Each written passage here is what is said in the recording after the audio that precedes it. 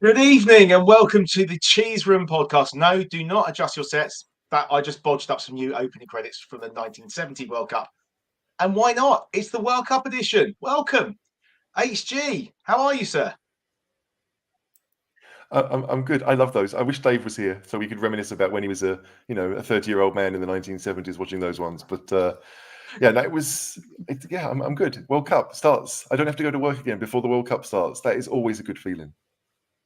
Happy days. And joining us another semi-regular from down under, Cameron. How's Melbourne this morning? Good. It was 25 yesterday. It's going to be 25 today. It's actually nice for a change to have the World Cup in warmer months. Normally it's in winter down here. So I'm looking forward to the next 6 weeks of football in the sun and barbecues. You're going to be watching it in the Budgie Smugglers. Is that right, Cameron? The whole thing. I'll send pics on Slack. Oh boy. What's your name, Brendan? I've got one of the girls' blankets. It is freezing in here. It's definitely November on the south coast of England.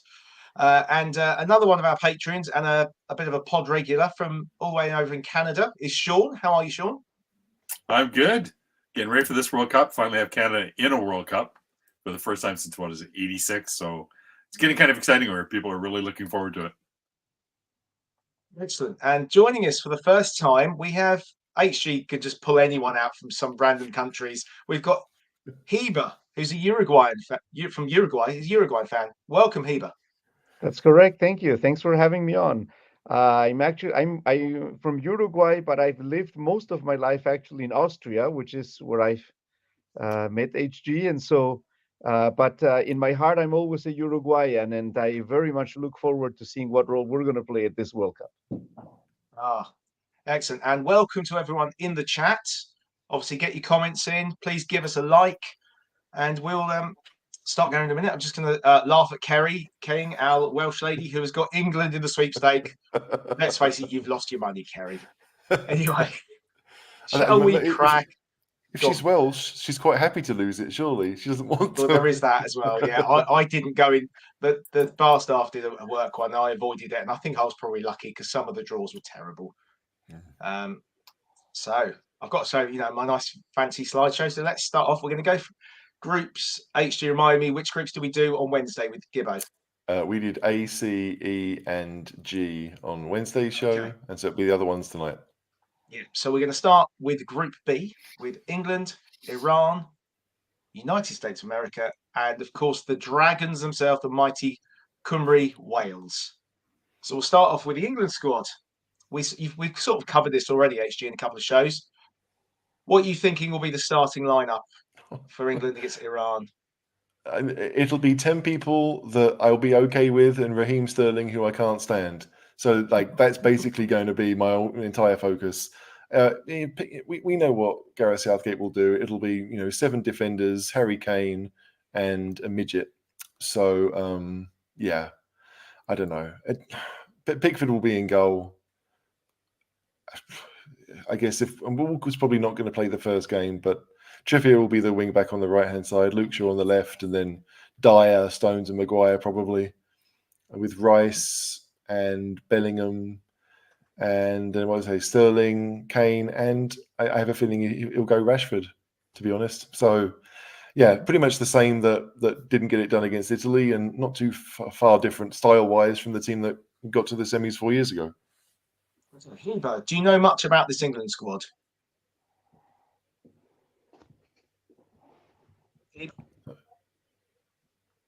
Sorry, you're speaking to me? Yes. Do you know much about this England squad?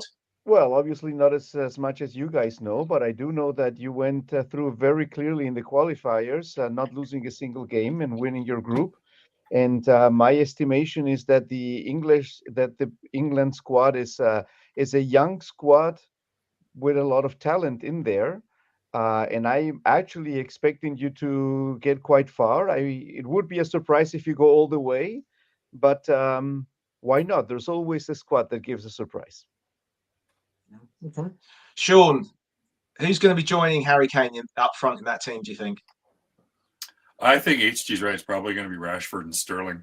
Although I think if I had my way, I'd probably go Sterling and Saka, because I think Saka brings more to the table. Just his speed. He's a greater threat going down the wing. I guess Mason Mount is probably an option too. I forget that he's not going to be in the forward list. He's up in midfield, but yeah, maybe Rashford is a bit too attacking for Southgate, so probably Mason Mount might start with Sterling. But yeah, I wish that we were a bit more attacking, especially in the first game. But I just don't think we're going to do it. Southgate's been quite pragmatic, and that's not going to change. Do you think, HG, there's definitely some comparisons with Tottenham, England recently and Tottenham recently? Well, Playing far more defensive than anyone wants them to. As in, we have one fit striker and everyone else is like either out of form or just not. There are similarities. Sorry? And they can't defend either. Yeah, no, I think England's defense isn't terrible. It's just, yeah, it's going forward. Like, we've got some decent attackers. I think, everyone who watches the Champions League knows that Bellingham is quality and Foden is good, and these guys have been playing. And Maddison's one of the best players in the Premier League this season, and he almost certainly won't play a kick unless we're desperate for a goal at some point. It seems sad, but if there's a 26-man squad, I imagine there are probably 17 that have a decent chance of playing quite often, and everyone else is not hoping for an injury or a suspension, but probably expecting that to happen for them to get a chance. Yeah. Cameron, what's your thoughts on that England squad, and how do you think England will do? Firstly, the squad, I think it was, look, I've spoken to a few mates, and my judgment is it's a pretty solid squad. I would have had Tony in there, maybe instead of Wilson. Obviously, Tony scored twice against City the other day and kind of sent a message to Southgate. I kind of echo HG's thoughts, though, and the rest of the guys' thoughts around who's going to play up there with Kane. I do have, when I do watch England games of the last couple of years, I do think that Southgate plays with a lot of self-preservation.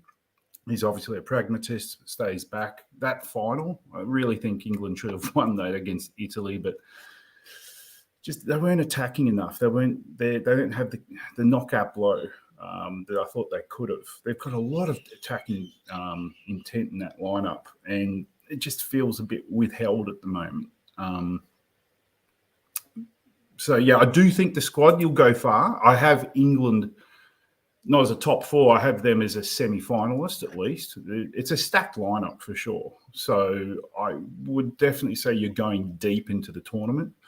But I've got at least 4 teams that would probably win it, and England is feasibly one of them. I think you've got one of the best lineups in Europe. So, yeah. Sean, and HG says he doesn't think he'll see much of him, if Maddison does make an impact, does his transfer value go up? It had to, right? Because he's known as a free kick specialist. If he gets in there and it's late in the game and he gets set up with a nice free kick just outside the box and drills one in, and England wins the game, goes into a quarterfinal, semifinal, or something like that, it's got to, because that is his calling card, and it is something a certain team in N17 could certainly use. So Paddy has said, I think England will struggle to get out of the group, but they will get out, but still struggle. I agree with that, HG. Can you counter that? That's what always happens. Either we struggle to get out of it, or we don't get out of it. But we never do it convincingly. No, not at all. Kerry just wants Gareth to wear his waistcoat again. So that's the insight we want, Kerry. And Kerry will be on one of these shows. We'll be talking about Wales coming up in the near future. Davo is saying Wales are going home quicker than the unused Budweiser bottles in the stadiums. Yeah. So if you don't know, it's been announced today that you will not be able to buy a beer in the stadiums unless, of course, you're in hospitality. So Steve Diver would be fine if he was there. Oh. But yeah, I imagine there's quite a lot of beer that's going to be moved down to the hotels and stuff and places now. Yeah, okay. Shall we have a quick look at their opponents? Iran.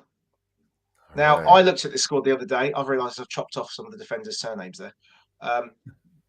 The guy that played for Brighton last year, Yahankabash. I've probably butchered that, HG. I don't know many others apart from him. No, I think there's Mehdi Taremi plays for Porto, so he's decent. He scored I think a brilliant kind of overhead kick against Chelsea last year in the Champions League. I remember that because it was obviously good for a Spurs fan. Godos, I feel like I know him from somewhere. I don't really know Yes. why. Watford, possibly. Yeah, was he there? Okay, there would be, and obviously I Sada may be wrong. Asman plays in Germany for Leverkusen. But yeah, like there's 3 or 4 that I've heard of, and the rest, I mean, yeah. Has I don't know Asmoon too been much. injured? Someone told me. Is that true? Asmoon, Yeah.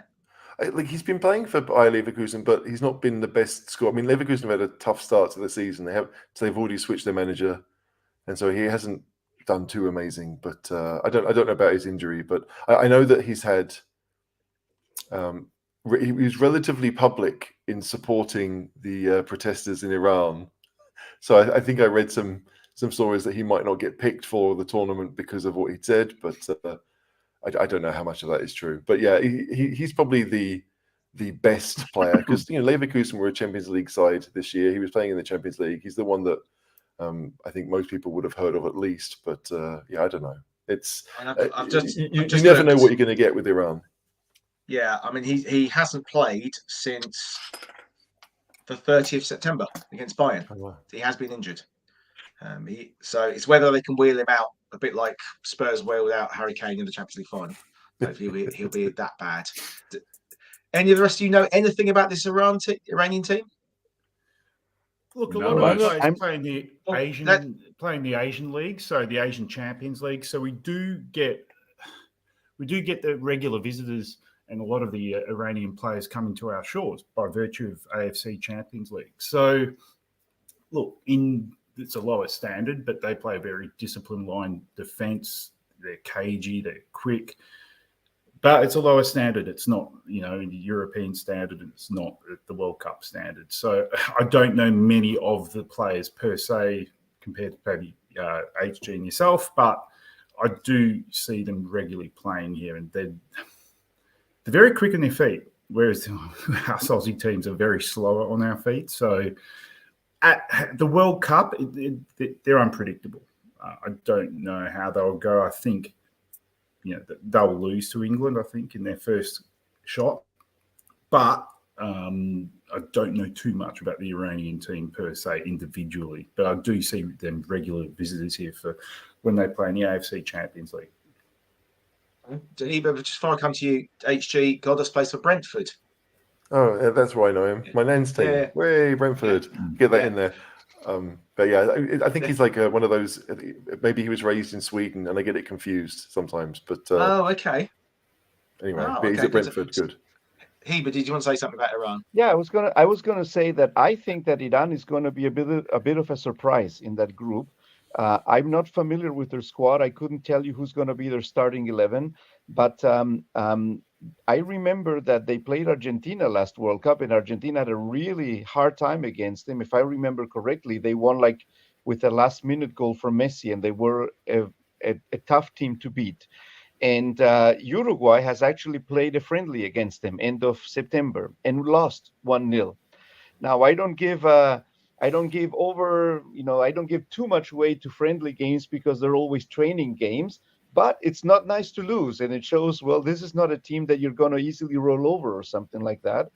And if I am informed correctly, they qualified pretty smoothly through the Asian qualification, winning their group and passing on. And so I actually would expect England and Iran to be the 2 teams out of that group to make it onto the next stage. That would be my guess if I had to bet. Wow.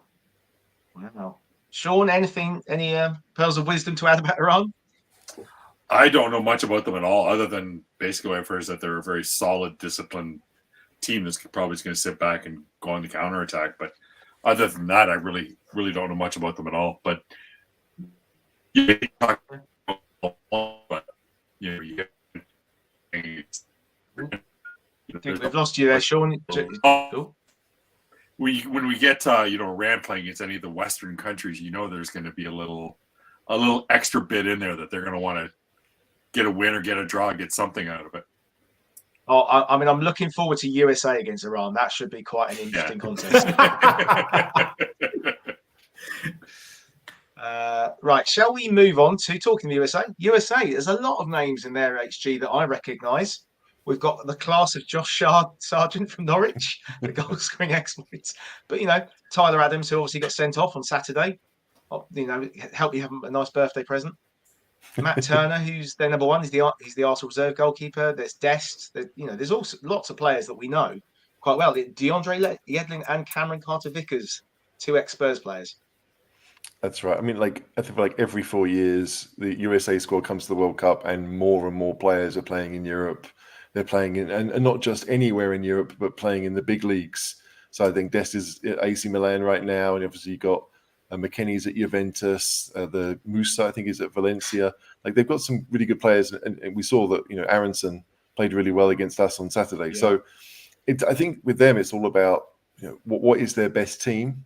Because I don't think they really know. I think the manager is probably the American version of Southgate, and he's quite defensive. But you look at those players, and you think that if you can find a system where you get Pulisic and Aronson involved, and like who's their central striker going to be? Like Giovanni Reyna's at Dortmund. They've got lots of kind of attacking midfielders who like to get on the ball and play off someone. But do they have someone to play off? That will be the question. But yeah, I think they get better every time. And again, they'll feel probably underdogs in a couple of these games, so it's going to be good for them. Yeah, Heber, do you know much about the States? Well, one of the teams that I follow closely is Barcelona. So the one that I'm most familiar with is Serginho Dest here, and I know that he's not been playing lately since Xavi took over Barcelona. I don't quite understand why, because I liked him as a player, and I think he has a lot of potential. But I do not know what the current manager plays the team like. I think they're going to be the ones that are battling with Iran for the second place. I put my bet on Iran, but it could be the US as well, and it wouldn't be a surprise. Okay. Sean, what do you know about your neighbours across the border? The hated enemy? Yeah.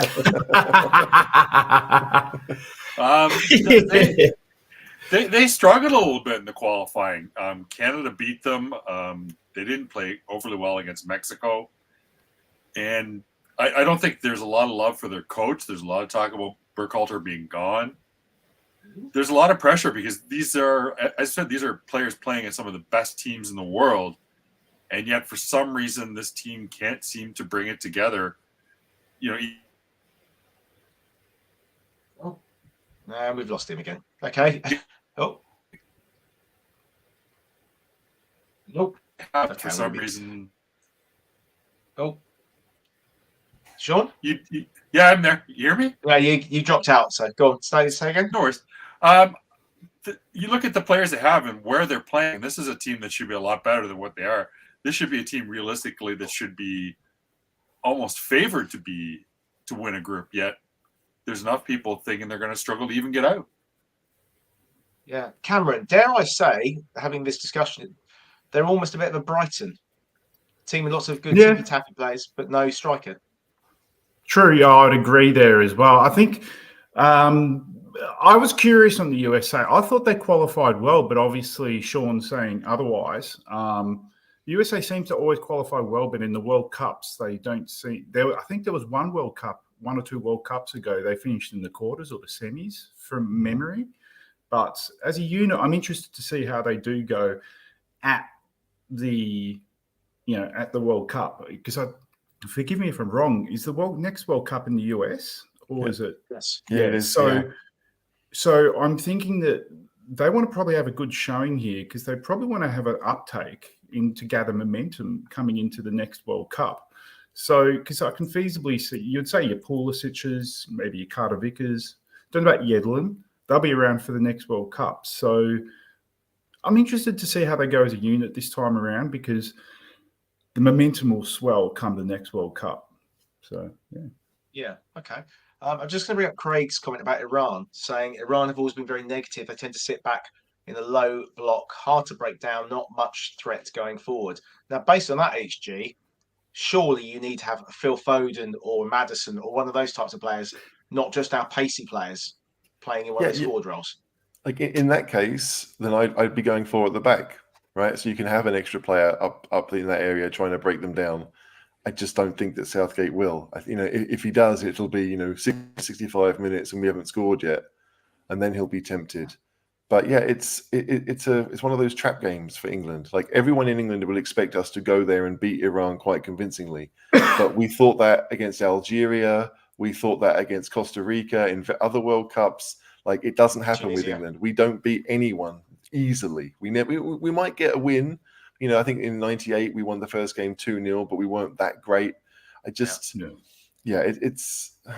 that's England's problem, right? There is always, like, we know we've got good players, we know we have a decent side, but you know, if Iran will really fight for everything, and they will make it difficult, and then it becomes, you know, if you can't get your quality out in those difficult moments, you're going to struggle anyway. Yeah, absolutely. Okay, but actually, you said, I was going to ask, but you said before that you don't like Raheem Sterling very much, but don't you think that it's exactly that type of player that you need to break down that type of low defense? If you have passes, then yes. Like anyone who's, because like Raheem Sterling's very good over 5 yards, and if he doesn't have to think about what to do with the ball, he's okay. But you need to have players that will play those quick 1-2s, and if Rashford is playing and Kane is playing, we won't have enough of them. Yeah, you don't see that happening. I think that if Grealish and Maddison and others, Foden, were there, it would work. Like, the reason why Raheem Sterling was decent at Man City was because he had all those players to do the difficult work for him. Yep. And in England, we don't really, like, we have those players, but they don't get picked. So, like, I mean, I'm not a fan of Sterling. I mean, I've said that, but I just that there are moments where he will be useful. But if we don't play to his strengths, then it's going to be an issue for the team. Okay. As some know, HG particularly knows, my son's at university and he's been enjoying himself. And I think he's enjoying himself this evening because he's coming in with Wales will win the group. Davo's saying they're going to go home. And James has come back with Wales will batter England. James, have you been in the pub? To beat England. Yeah, everyone wants to beat England. Absolutely. And Wales more than anyone. Now, myself of Welsh heritage, obviously I have a very English accent. I lived 1 year in Wales, and that was the year James was born. And because of my accent, there's a lot of locals didn't like me particularly, purely because of my accent. And there is a bit like the old enemy across the pond there. Well, not across the pond, across the border, Sean. Wales and England. The Welsh do not like the English at all. So we'll come on to Wales now. Now, Cameron, I know quite a lot of those players, I have to admit. Mark Harris, don't know him. Dylan Levitt, Sorba Thomas, Adam Davis, the goalkeeper. There's a few of them I don't know there. I think this is quite a mixture of experience and inexperience in this Wales squad. Definitely unpredictable.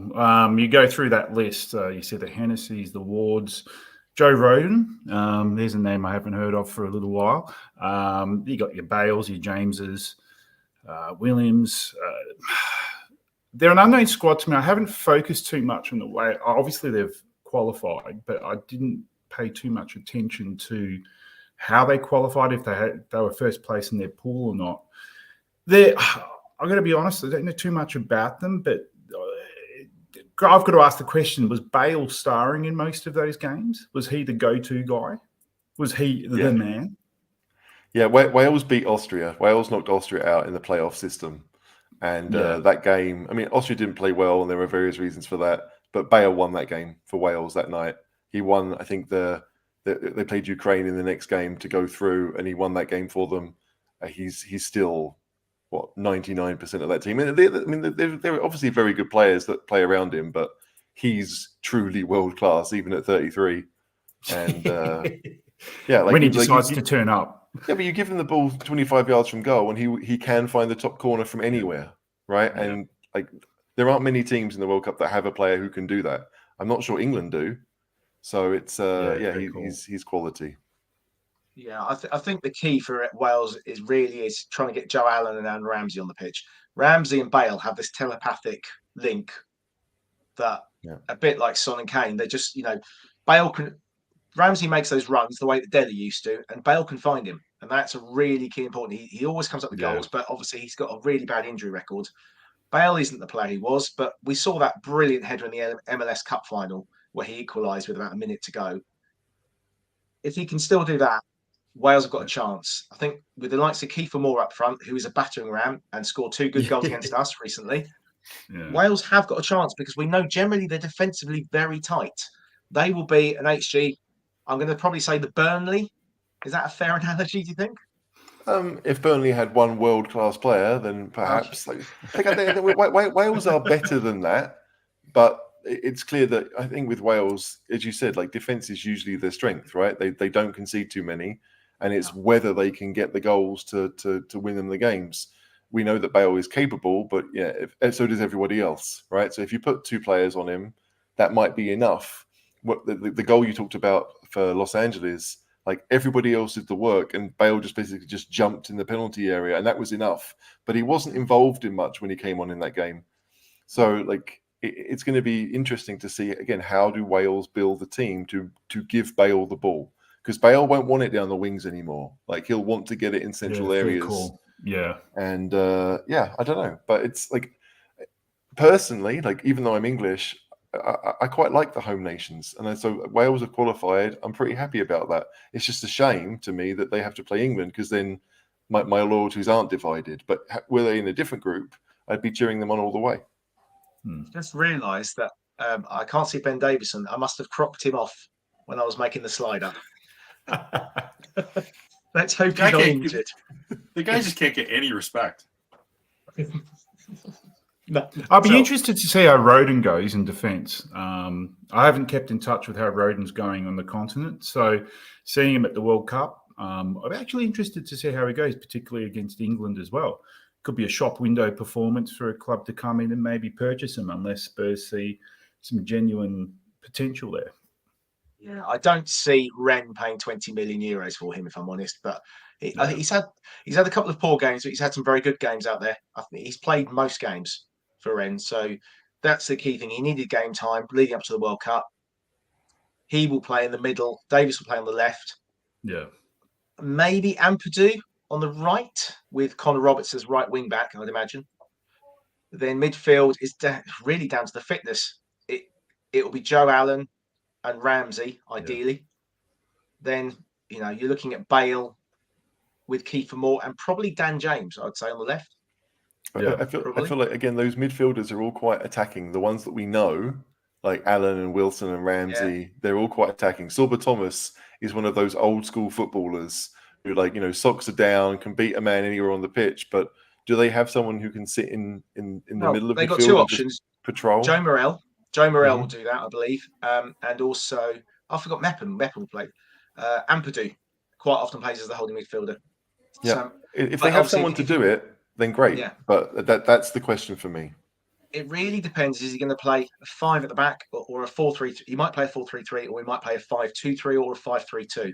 Yeah. Obviously, if you're going to play Bale, generally he plays on the right, doesn't he, of the front 3? In which case, you're going to end up playing a 5-2-3, which could, as we've seen, the Spurs can leave you open at times. Yeah. And Dave wants to know, is Leighton James? No, Dave, it's not 1980s or 70s. Dave, did you see the opening titles? If not, I'll send them to you later. See them? Wasn't he in them in the crowd somewhere? He was. Yeah. Rodon has stomach issues. He's. Oh my gosh, Dave with the jokes. Oh, Dave. Yeah. James said, he's always been solid. Ironic. Anyway, there we go. That's that group. We'll do predictions at the end.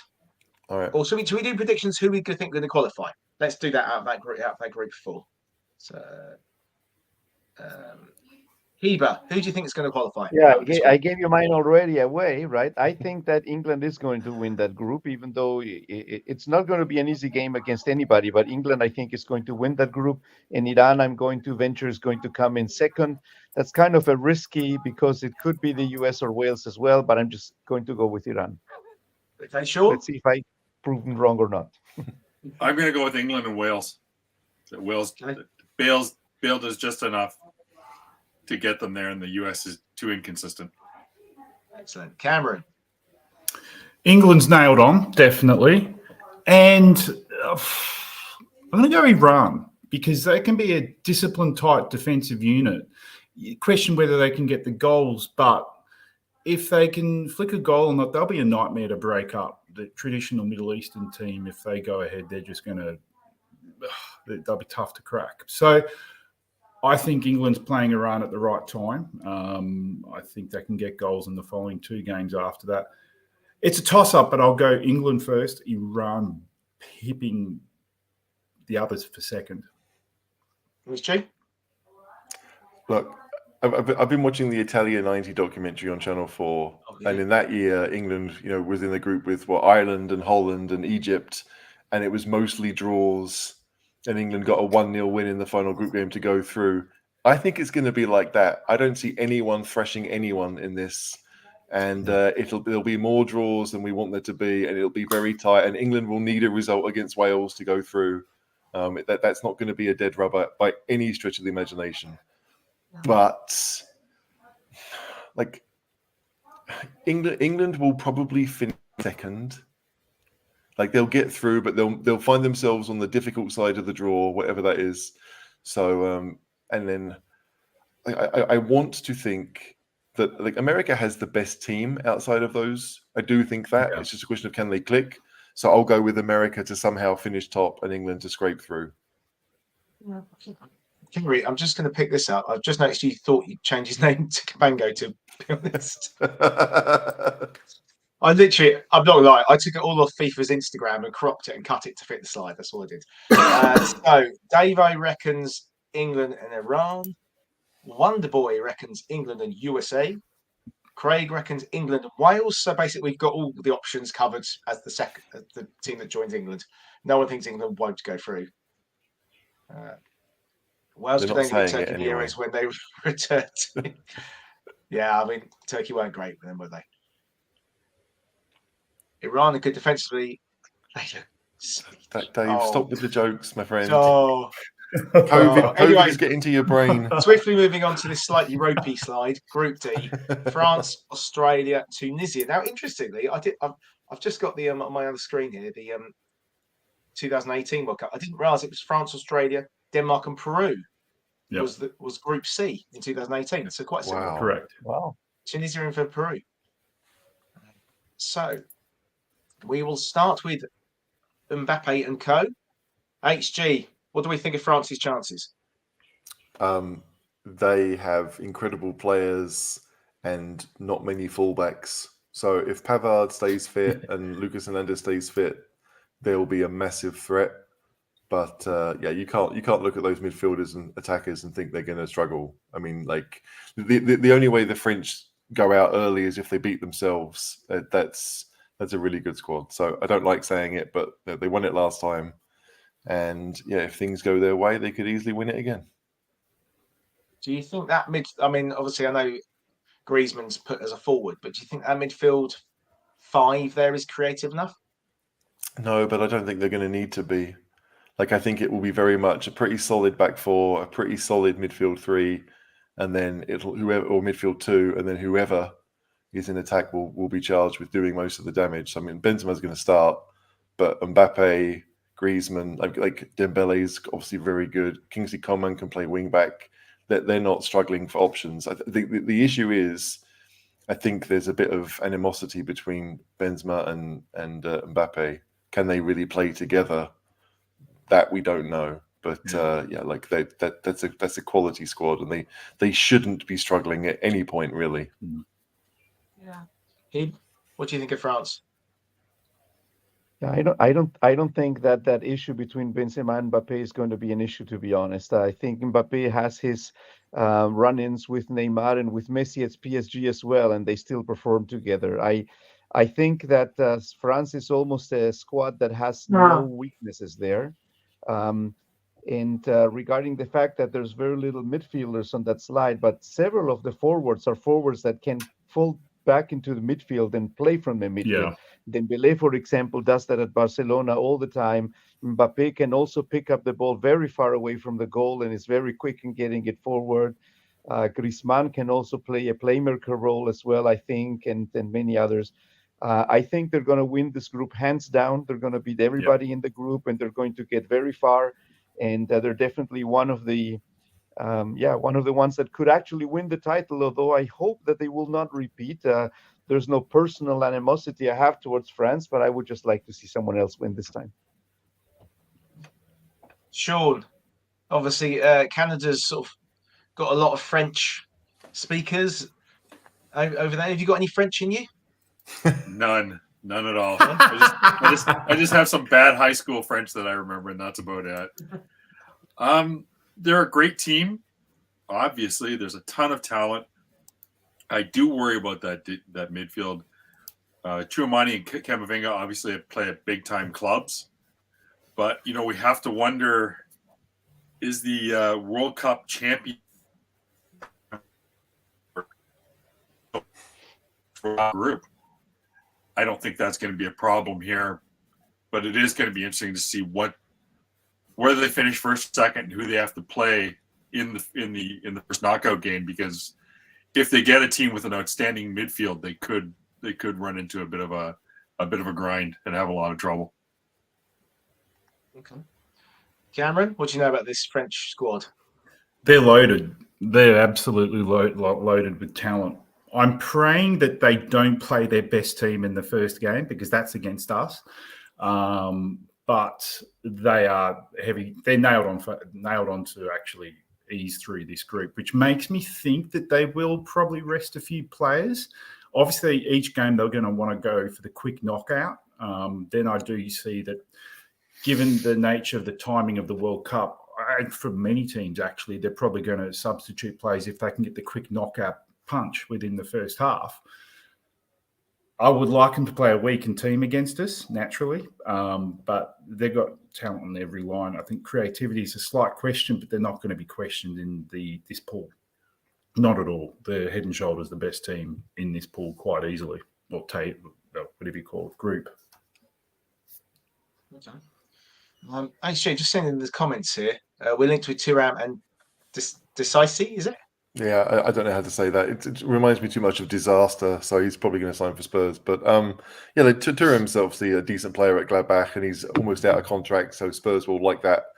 But Thuram's had a pretty good season so far. I think last year he wasn't as good at Gladbach, but he's doing okay. And Spurs will be linked with French players while we have Lloris, and these players will come in and. I don't think Disasi will play too much for France. I think there are lots of centre backs that will be ahead of him. But it's that they are a team to cheer against, as far as I'm concerned. Can I just say that France's biggest enemy can be themselves sometimes as a unit. So I think was it the 2010 World Cup or one of the following ones where they just completely self-destructed. They've got it in them to amazing team on paper. But they can just capitulate mentally as a unit. So will that happen this World Cup? I don't think so, but it's a possibility. Cameron, Australia lost 2-1 to France in the last World Cup. Was there a controversial moment near the end of that? Am I imagining that? I seem to remember something, but I may be wrong. So I do recall the game. I was watching it, funnily enough, with JP at the time. There was a Bajic own goal. I think the penalty where Griezmann scored it, I can't remember if it was a handball or not. You're stretching my memory at the moment. That was the first game subsequently as well. I do recall France obviously showed they had a greater talent on the pitch, but Australia was kind of bossing it in their mentality. Mile Jedinek, which was one of his last games for the Socceroos, was an absolute warrior in the middle of the park there. And although it was clear France were skillfully the better team, we weren't played completely off the pitch. We were fighting, but that's why I'm liking the idea of playing them first, because in fighting parlance, it's the early rounds. You're fighting when they're cold. They're not warmed up yet. So, yeah, I'm liking our fixtures with France first, full stop. So I can't remember the exact moment, bring it back to your question, but I do think we do have, I do recall it was a cagey game, like it was a testing game just for their first game. I mean, let's see in the comments, this will be one of the rare times the English get behind the Aussies, because it doesn't happen very often, does it? Kiva, you wanted to say something? Oh, I understand what you're saying, that it's good to play against them in the first game. I fully agree with that. And it was the 2010 World Cup where they destroyed themselves. I remember that because Uruguay was with them in the same group. And we did play them in the first game, and they had that exact same issue. And we managed to get I think it was a 0-0 draw. against them. Might have been 1-1, but it was a draw, I'm quite sure. So I think that those are your best chances against France. But I personally would not count too much on that lacking of creativity, because what they have is speed to make up for it. Yeah. They have a whole bunch of people with speed. Not only Mbappe, they got Dembele, they got Coman, and several of the others who are, if you're trying to build up against them and they gain the ball from you, they're going to be in front of your goal within a few seconds. And I think that that's their key strength as a team. And I think that they're solid defensively as well. So they're going to be tough to beat. And I wish you all the best in their first game against them. Let them get them cold. Right. Yeah, I think that's why England need to avoid France if they can, because England don't have much pace at the back today. France can easily win it, but Mbappe is a Ronaldo figure. Not sure about the team aspect. I mean, Mbappe, when he's on it, HG, he's just unbelievable, isn't he? Yeah. I mean, I kind of agree with that, but Benzema is going to be really after pulling that team together, because, he has been excluded from the French squad for so long due to the issues that they had back then. And now he is at that World Cup. He was not a world champion 4 years ago. He's going to want it this time. And he's having the best time of his career, I believe. Benzema is in the form of his life. And so even if Mbappe is having trouble, put him at the bench. They still have enough people to get the job done, I think. Shall we move on to the Socceroos? Are they still called that, Cameron? Indeed. Indeed. Here we go. So, Matt Ryan, who was at Arsenal and Brighton, where's he gone now? Indeed. I don't know, to be honest. That's a very good question, because he was at Arsenal a season or two ago. He was at Brighton before that, and I think he's gone to the continent. I do not know where he was about. I have to check that out. Because he's one of the players to watch for us, even though he's the goalkeeper. He's head and shoulders the best goalkeeper in the Australia team. Was a bit shocked with the goalkeeping. I think Langerak, who's a local guy, should have made it ahead of Vukovic. Me and JP, we've talked about that. And probably you've all seen Andrew Redmayne's exploits when we won the penalty shootout against Peru, just the Wiggles kind of dance there. That he's the backup keeper to Ryan. Right, okay. This is definitely a squad that's in rebuild and transition. The last 2 to 3 World Cups we've had Postecoglou, who in my eyes is the best Australia coaching in Scotland. He developed the talent. He set the theology or the ideals of Postecoglou football to the Australians, and subsequently won an Asia Cup.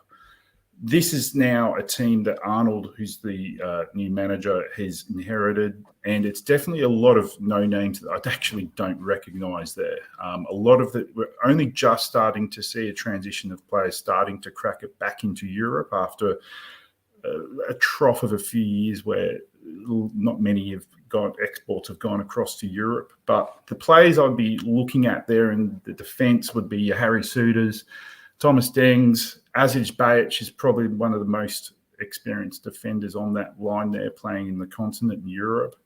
Bailey Wright was there at the last World Cup. But this is a team low on talent. It'll be high on fight, like every Australian team. I think basically Graham Arnold's going to create a siege mentality like past managers have, because we know we're not the most talented team, but a typical Australian team will always have a lot of fight in them and a lot of aggression. And what could I say about the midfield?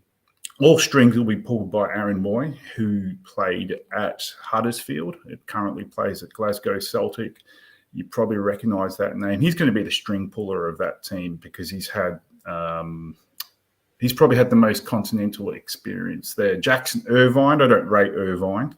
He's not that skillful or technical, but he can run down the flanks there. And I'll definitely, the others is just A-League players that I don't know too much about. When you're going across to the forwards, a straight-out number 9 is going to be interesting here, because Garang Kuehl is the rising star. When we look at the forwards of Australia, Garang Kuehl is the 18-year-old that's just signed for Newcastle United. currently plays for the Central Coast Mariners and scored a few goals. And in that picture there, that's QO, from what I see, and I've probably got the pronunciation incorrect there. I think what you're going to find is your McLarens and Mitchell Dukes will play the 9 there. A lot of them will probably, the rest of the, possibly Lecky, but the rest of them will mix around the attacking midfield bit there, but it's hard to know what starting lineup it will be because our form coming into the World Cup has been, how would I say, we just scraped through in third in our AFC qualification through UAE, I think, and then we obviously played Peru and won on penalties against Peru, but it's one of the most poorest qualifying campaigns that we've had. Now, do I think we can qualify for the next stage? I think on fight and will we can, and I'm happy we're playing France first because I would prefer to lose minimally there and then play against Tunisia and try and fight like hell to try and scrape a win there, and then basically go toe-to-toe with Denmark. Because in the last World Cup, if you have a look at the score there, when I was having a look before, and I do remember the game, we played Denmark and we drew with them. Eriksson scored first, and then Jedinak, who was an absolute warrior, scored I think it was a penalty from memory. Yeah, a penalty from the spot in the 38th minute. So we're not scared of Denmark. We know they can be physical, but they've got a shed load of talent.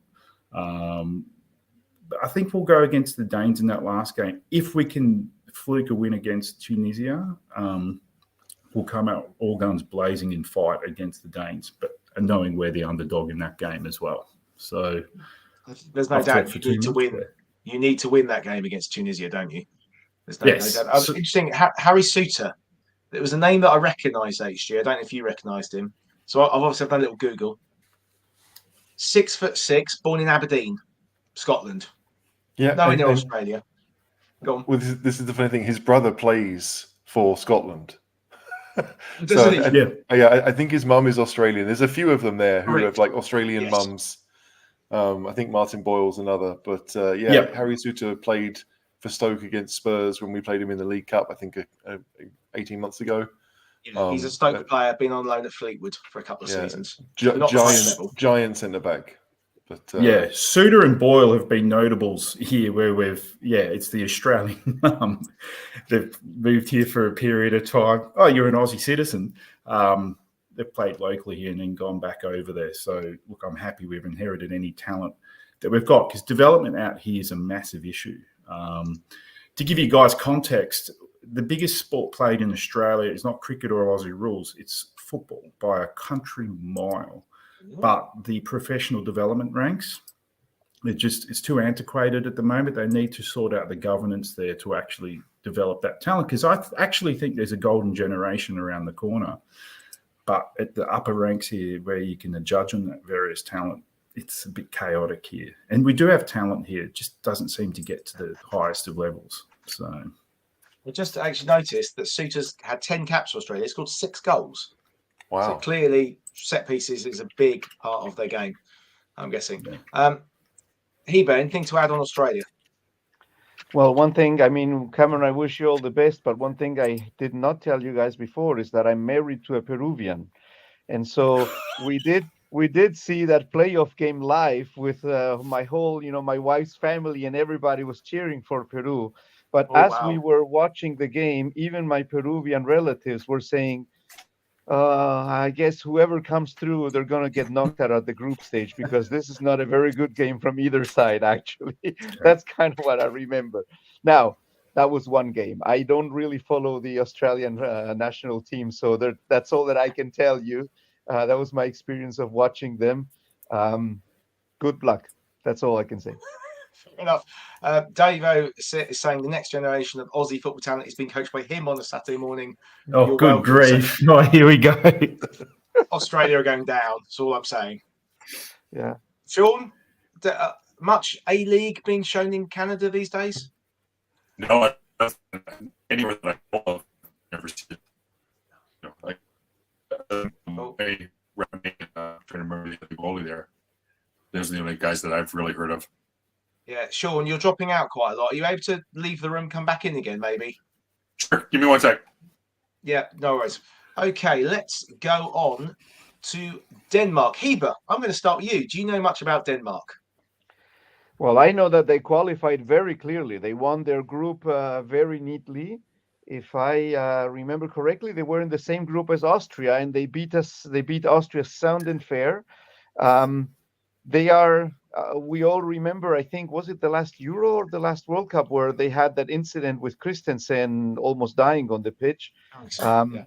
So I mean that's definitely stayed in their mind. I think that with Schmeichel they have an excellent goalkeeper, and I think that they have a very good midfield. I'm not sure Yeah. that they have that their forwards can keep up with that. Braithwaite has not been playing lately, for example, and I don't know that their squad well enough. But I think that what they have is they may not have the individual players like France, as we were talking before, but they really have a team structure that they rely on, and that's the way how they got through the European qualifiers and won their group. They had 9 victories and 1 lost game only.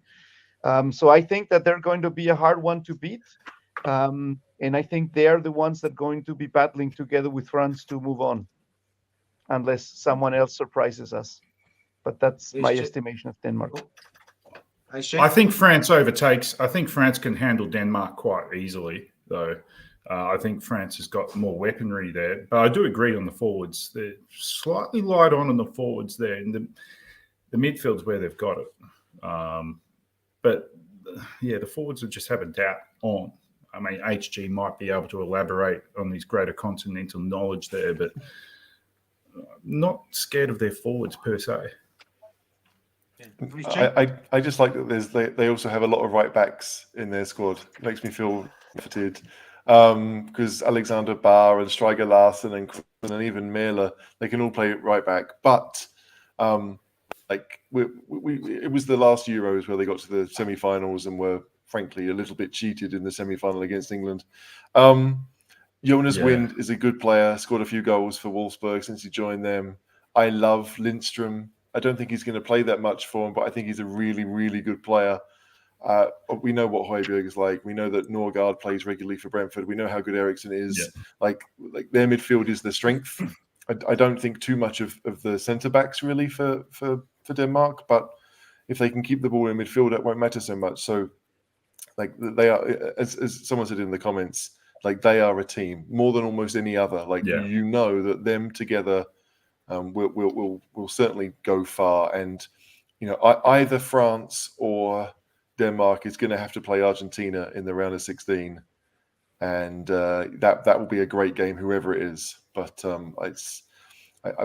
hope it's France again, but like it was last time around. But this Denmark squad, like you look at that and think, like even if the best 11. That whoever he picks as being the starting 11, there will be 2 or 3 players that will feel a bit sad that they're not in it. That they could be in it and it wouldn't change too much.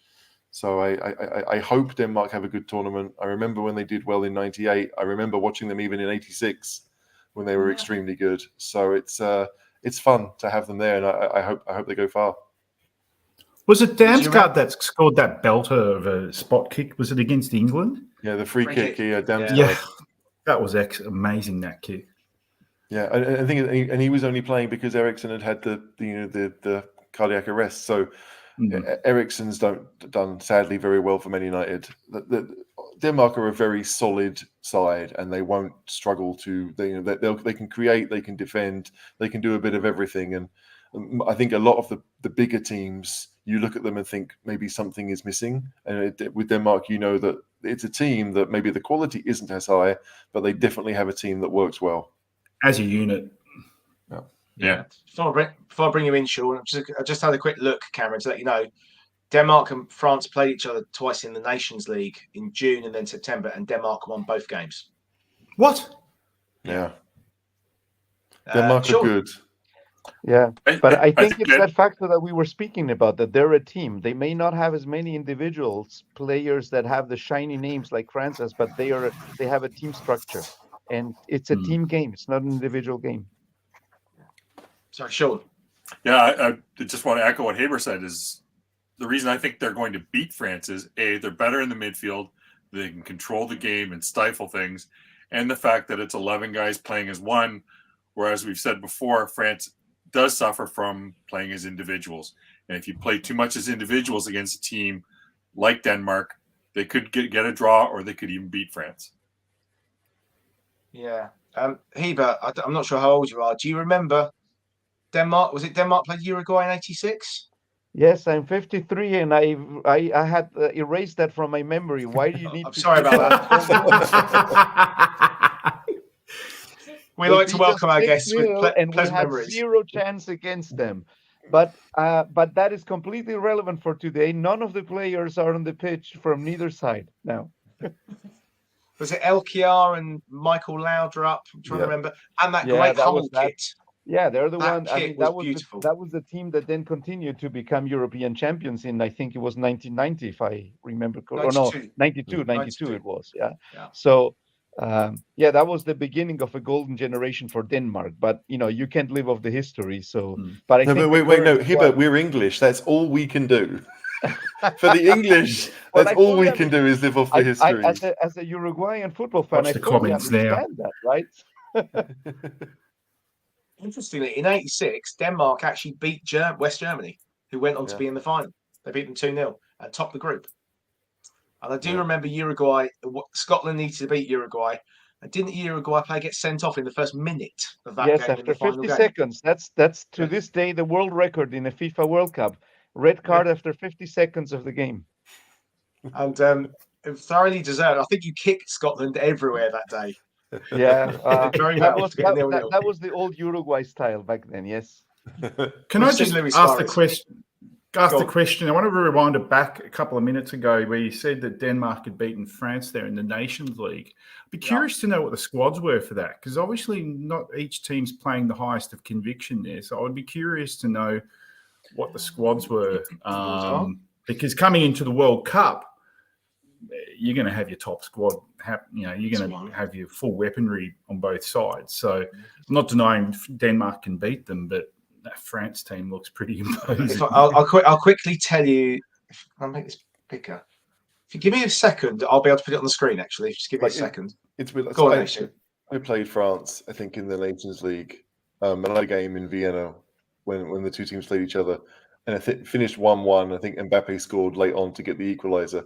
That French side, again, lots of good players, but like the team of 4 years ago that won the World Cup it's not quite as strong as a team ethic. I do think they're going to have a few issues, but individually, that they shouldn't, right? But it's all about can the manager pick an 11 that really functions?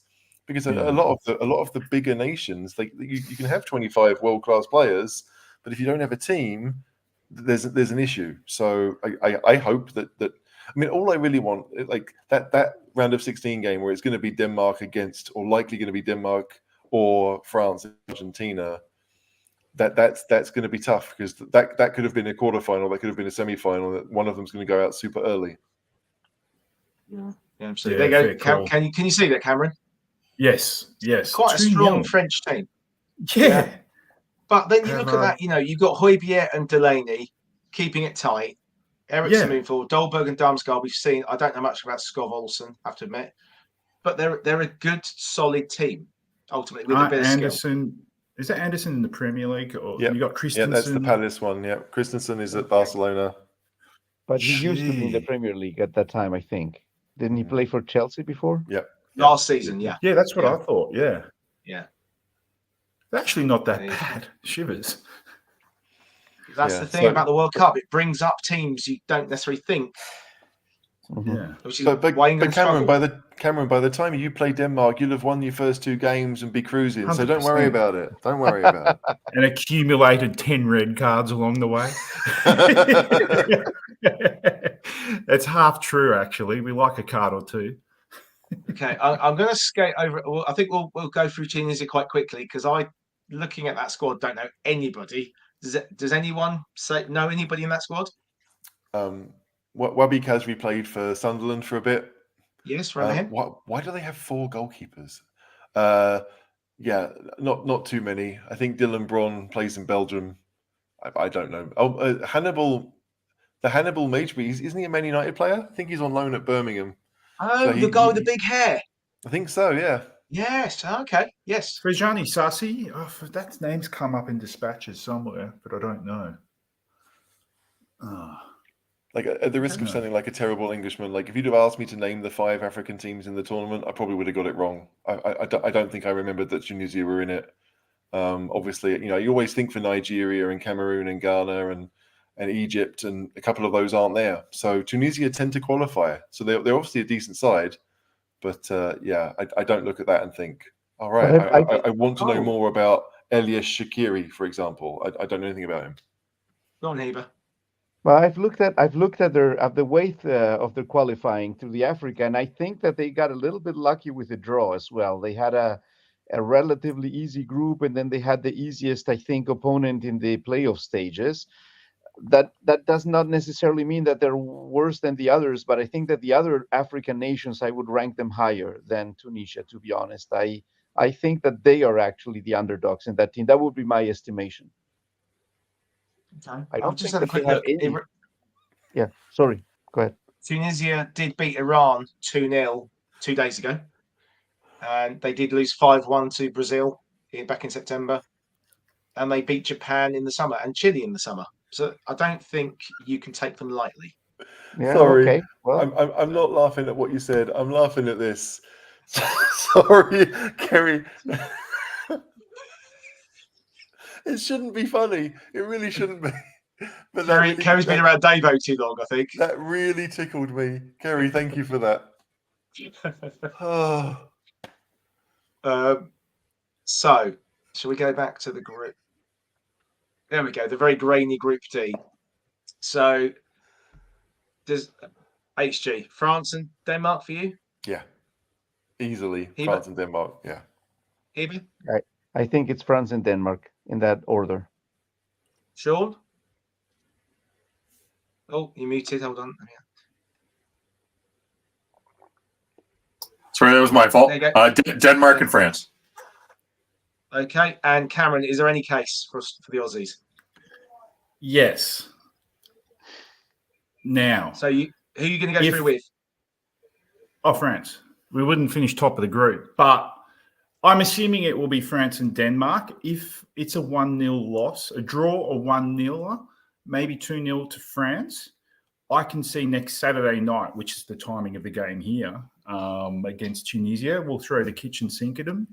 And against the Danes, I do think, hopefully we can eke out a draw, but most likely France and Denmark. But it would matter on how heavy the loss is against France for Australia, and then if we can throw kitchen sinks at the following other games. So, yeah. I think HG's lost it. I think JP suggested he might. You guys might do a show the evening after that game. Oh, I'm happy to do that, actually. I would love to do that. It will either be at high in the mood or low in mood, but yes, definitely. I'm moving on, HG. Please. Sorry. Group F, Belgium. Sean, your time has come. I'm here. Morocco and Croatia. So let's have a quick look at the Belgium squad. Obviously, Courtois, we know. Mignolet, we know. That bloke, Toby. Anyone heard of him? No. That's a stacked team. At Leicester now. Vertonghen, Dendoncker. Witzel's been around for a long time. Did he just take over from Tom Hulson as the bloke with big hair in midfield? HG. De Bruyne, not bad player, is he? Tielemans, Meunier, Torgan Hazard. Onana, I don't know him apart from the goalkeeper. Oh, is Onana the one that's at Everton? Yeah, it's him. Yeah, okay. Vanaken, sorry, I don't know. Castagna. He's a wing back more than a midfielder. Lukaku, Eden Hazard, Carrasco. I mean, pretty much they're all names we know, aren't they, HG? Yeah, they are. And I mean, defensively, you do look at that and think, a lot of them are, 30 plus, and this is the last chance saloon. But, like Wout Faes has done well at Leicester. Teato, I think, plays alongside Rodon at Rennes. Meunier is a fullback, and Castagna. Like they've got a very good 11. They may not be the youngest, but they know how to play football. They'll have options off the bench clearly because Mertens was brilliant at Napoli. Like even De Ketelaere is at AC Milan and doing well. Like Trossard's bossing it. Yeah, exactly. They will score goals, right? It's not their goalkeepers are all pretty good. I know you can only play one, but still, it's going to be about, you know, I think they played Japan in the last World Cup, and the Japanese almost beat them because they ran and ran and ran, and that will be Belgium's weak point again. Like if they get caught in a one-off game. But yeah, you look at that and you think there are still some very, very good players there, and yeah, maybe it is last chance saloon for some of them, but some of those younger players will still be around, and I don't think they're going to go away anytime soon. But can you see a case for this teammate going all the way? To be honest, not quite. Although, of course, they've had it going for them. I mean, they've been on top of the FIFA world ranking for a long time, on and off. But I think they certainly got the names. As you said, we know all the names, although I think that Lukaku is injured. I'm not sure if he's going to be ready on time or not, but, you know, they still got the names. But when I think of Belgium, I think a little bit of, there's sometimes, you know, these teams that play well, but end up not winning the tournaments. And then there's other teams that have that mentality that they may not have their best day, but when it counts, they know how to put the ball in the net. And I just don't see Belgium like that. They've, you know, for like 10 years now, we've been expecting this generation to come out big, win a big tournament, and they always seem to fall a bit short of it. And I thought last World Cup was when they should have done it. Now they're now 4 years older. You could say more experienced, but, you know, time passes. They're not quicker than they were 4 years ago. So I think they're going to come through the group stage, but I don't see them going all the way to the final, to be honest. That's the way I would see them. Yeah, like you know, in the comments I'm seeing De Bruyne must be the best playmaker in the world. Yeah, sure, definitely. De Bruyne is if we would have to play, you know, like against the alien, like in Space Jam or something, De Bruyne would probably be in the world team, no question about that. Yeah. But, you know, football is 11 against 11. Other sports, I don't know, maybe basketball, one single player can make much more of a difference because the team is, smaller. In football, just one player doesn't make it, and I'm afraid De Bruyne will share the destiny or the fate of many other great players who just had the wrong nationality to be world champions, and I just don't think it's going to happen. Sean, in 2006, England supposedly had the golden generation and epically failed like they have. Is this the Belgium golden generation? It really is. Like when you look at the players that are on there and what those players have accomplished with their club teams, you know, you look at the trophies with De Bruyne, Courtois, who else is looking at? Lukaku, Hazard, Mertens. These are guys who have won trophies. Yet for some reason, when this team gets together, they play very well until it gets late into the tournament, and they just don't seem to have that. I don't know what it is, whether it's, you know, because there are some many world class players on the squad, but there's just always something they don't seem to get it. You kind of go back to a lot of the Holland teams of the 90s and early 2000s, that a lot of great players, but for some reason, just in the end, they couldn't get it done. I think I've got an answer for you. It's 2 words, an HG. I'm sure you'll back me up. Roberto Martinez. Yeah. I was thinking about, I don't remember what happened to Belgium in the last Euros, right? Like, it's weird. I tend to forget tournaments, but I know exactly what happened to them in the last World Cup because they got to the semis and they beat Brazil in the quarters. So, like, they can still do it, but that Brazil side wasn't great 4 years ago. The one now is much better. And I just think that Belgium, that they have, sorry, Sean, they have probably a relatively easy group, but they have Germany and or Spain waiting for them in the next stage, and that might be it for them. To answer your question, Belgium lost in the quarters to Italy 2-1. There you go. I don't remember that game at all. In Munich, as well. It's not far from I think this team in this generation of Belgium, like we all agree that it's pretty stacked on paper. Across the lines, you look at it and you go, good team. To me, though, the biggest issue for them has been leadership and having a captain that can just drag them through the swamp, going through those hard times to get them across the line. I actually think this squad of the last 5 to 10 years could beat any team in the planet. Like, they're that good. But to me, having that Roy Keane or some guy that has that presence to actually drag them through hell to get them to the promised land is what they've actually suffered. Because I look at De Bruyne being an incredible playmaker, but I don't see him being an amazing leader per se. I could be wrong, but to me, they haven't had that ingredient, let alone the manager, that kind of manager that can drag them across the line. So that's where I think their biggest weakness has been.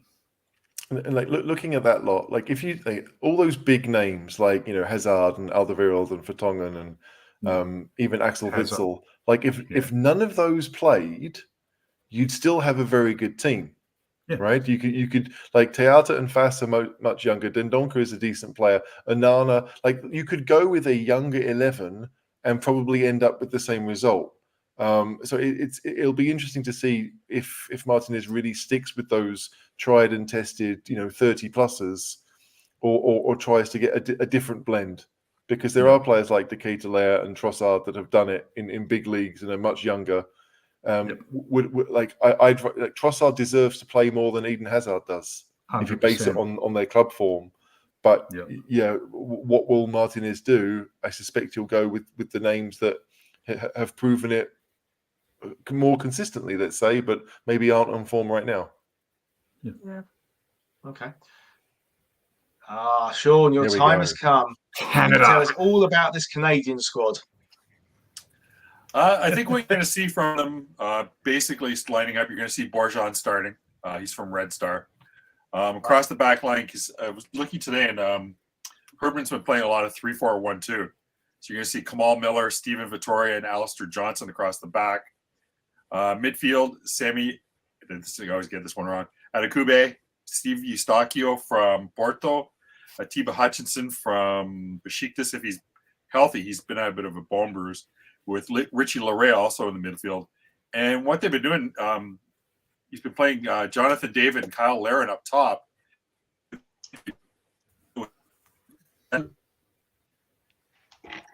Oh, we've lost you. Sean? Oh, what a time for his internet to go. Sean, are you with us? Am I there? Yeah, you're back. You're back. Okay, sorry. Back in the room. They've been playing like a 3-4-1-2, and interesting, it's been Jonathan David and Kyle Larin on top, with Davies playing in behind them, not playing on a wing, but playing sort of in a number 10 role in behind them. So it's going to be kind of an interesting thing. And as you guys were saying, Belgium's had trouble with speed, and when you can put Jonathan David, Kyle Larin, and Alphonso Davies there, that's speed. And there's still Tejan Buchanan and Ishmael Kone on the bench.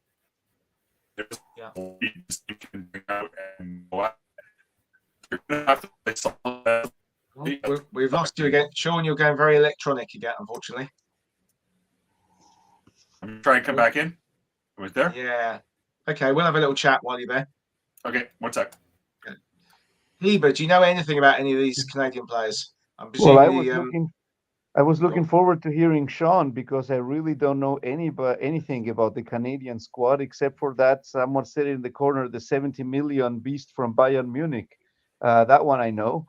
But I do know that they won the CONCACAF qualification. So taken from that, we should put them above Mexico and above the US. So let's see what we can expect from them. But here's Sean. He can tell us the rest.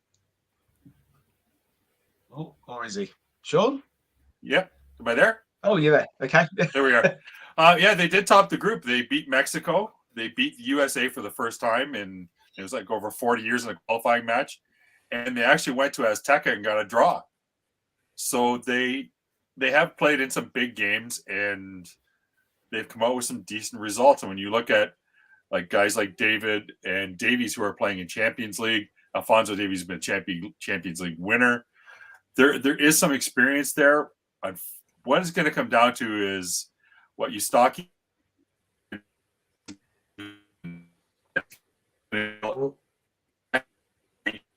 No. Miller Okay. at Sean? 39. Sean, it might be worth trying to turn your camera off just to see if that works with the bandwidth. How's that? Yeah, that's better. Is that better? Yeah, sorry. You know, if you didn't want to look at me, you just tell now me. we can't see you. It's better. Sounds awful, doesn't it?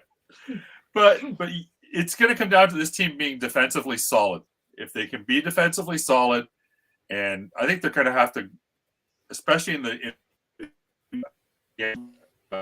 Oh, he's dropped out again. Oh dear. Okay. It's all the snow in Canada. It must be playing havoc with everything. Must be terrible. HG. Junior Oh, Hoylett's in that squad. He is. Yeah. Do you know where he's playing now? No, I have no idea. He's at Reading.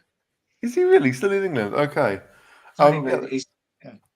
I'm excited to see Canada because I don't know anything about them, but I know the results have been good, and the World Cup is all about those teams. Thank you, Daniel. Yeah, World Cup is all about watching these teams that you don't know much about, and you might know individual players, but those teams where we might know 2 or 3, and that's it. You'll see players that you might think, oh, they're better quality than maybe they're good enough to play somewhere else. So.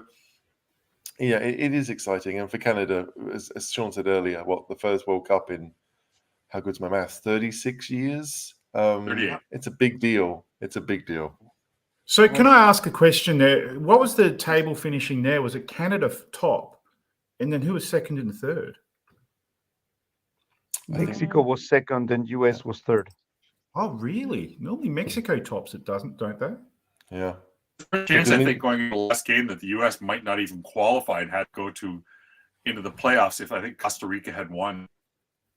It was that close. The U.S. almost had to go into playoffs. Here's the caller with the insight you always want. Jonathan David, unplayable on FIFA. He's so fast. That's my Canadian knowledge done. King Hoddle, you're better than that, Mr. Colshaw. He's not. He really isn't. That's his level. Well, Mueller has nicknamed him the Roadrunner. All right. Nice. Okay. Who we got next? Morocco. This one.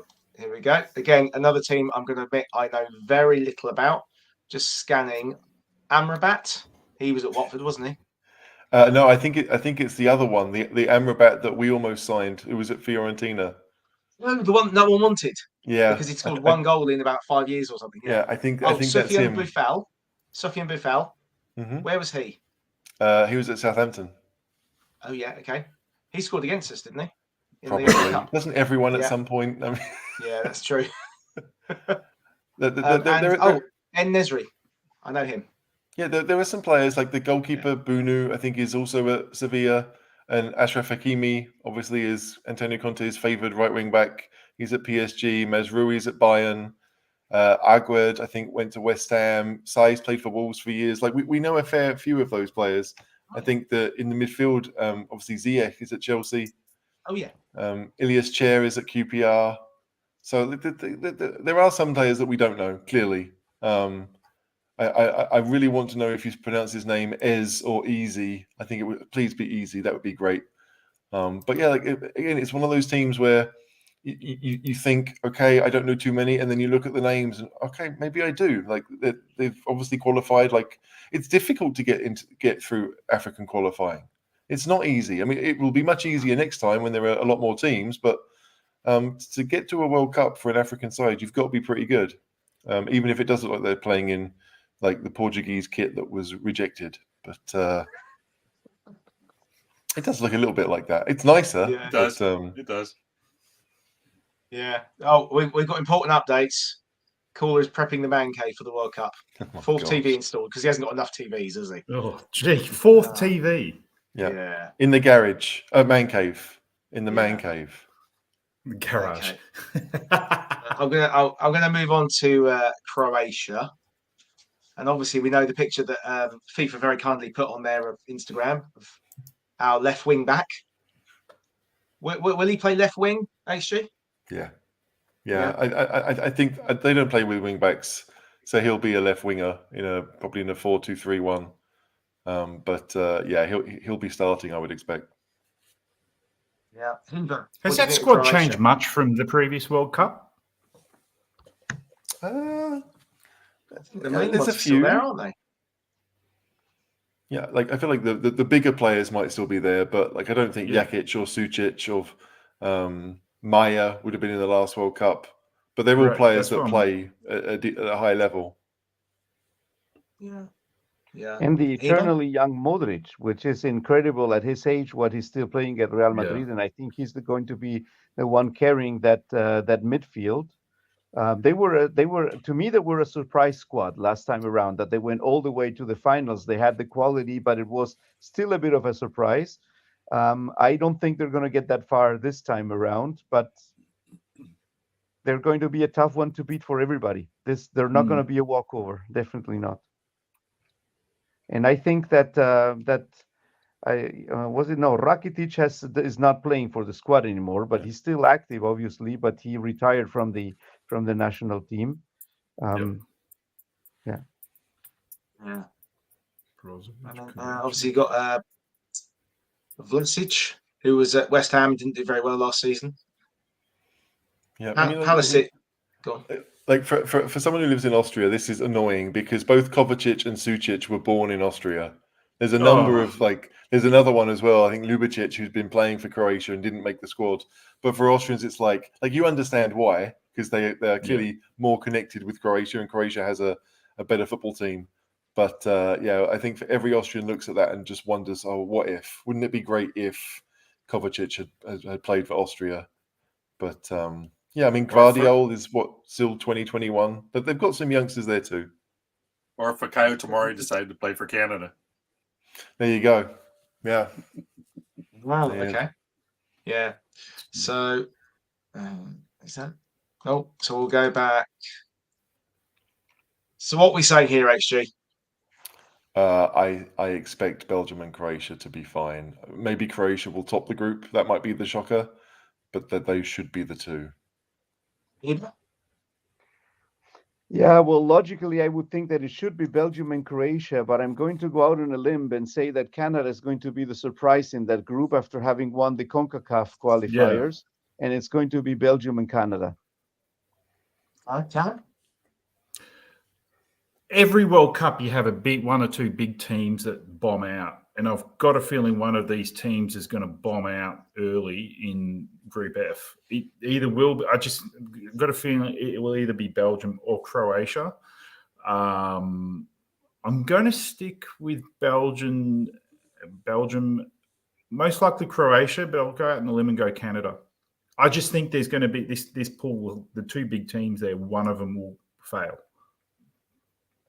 I mean, I have to say, as a Spurs fan, I'd like Croatia to bomb out so Perisic gets a rest. Sean. I'm going Croatia and Canada because I think the rumor is that Lukaku's not playing the first game, and I just really hope we take them in that first game. If we can take them in that first game, we got a really good chance of getting through, and Croatia will take the rest. I think what you've got to look at this World Cup more than any other. Normally, the international teams have 2-3 weeks preparation. They've had a week. Yeah. So this is the chance you've got to really hit one of these big teams cold. Hit them on the hop. Yeah, 100%. Yeah. Okay. This is our final group, isn't it? Group H: Portugal, Ghana, Uruguay. Here, you're in the game, and Korea Republic. So we've got Sonny. Yeah, finally, a country I know something about.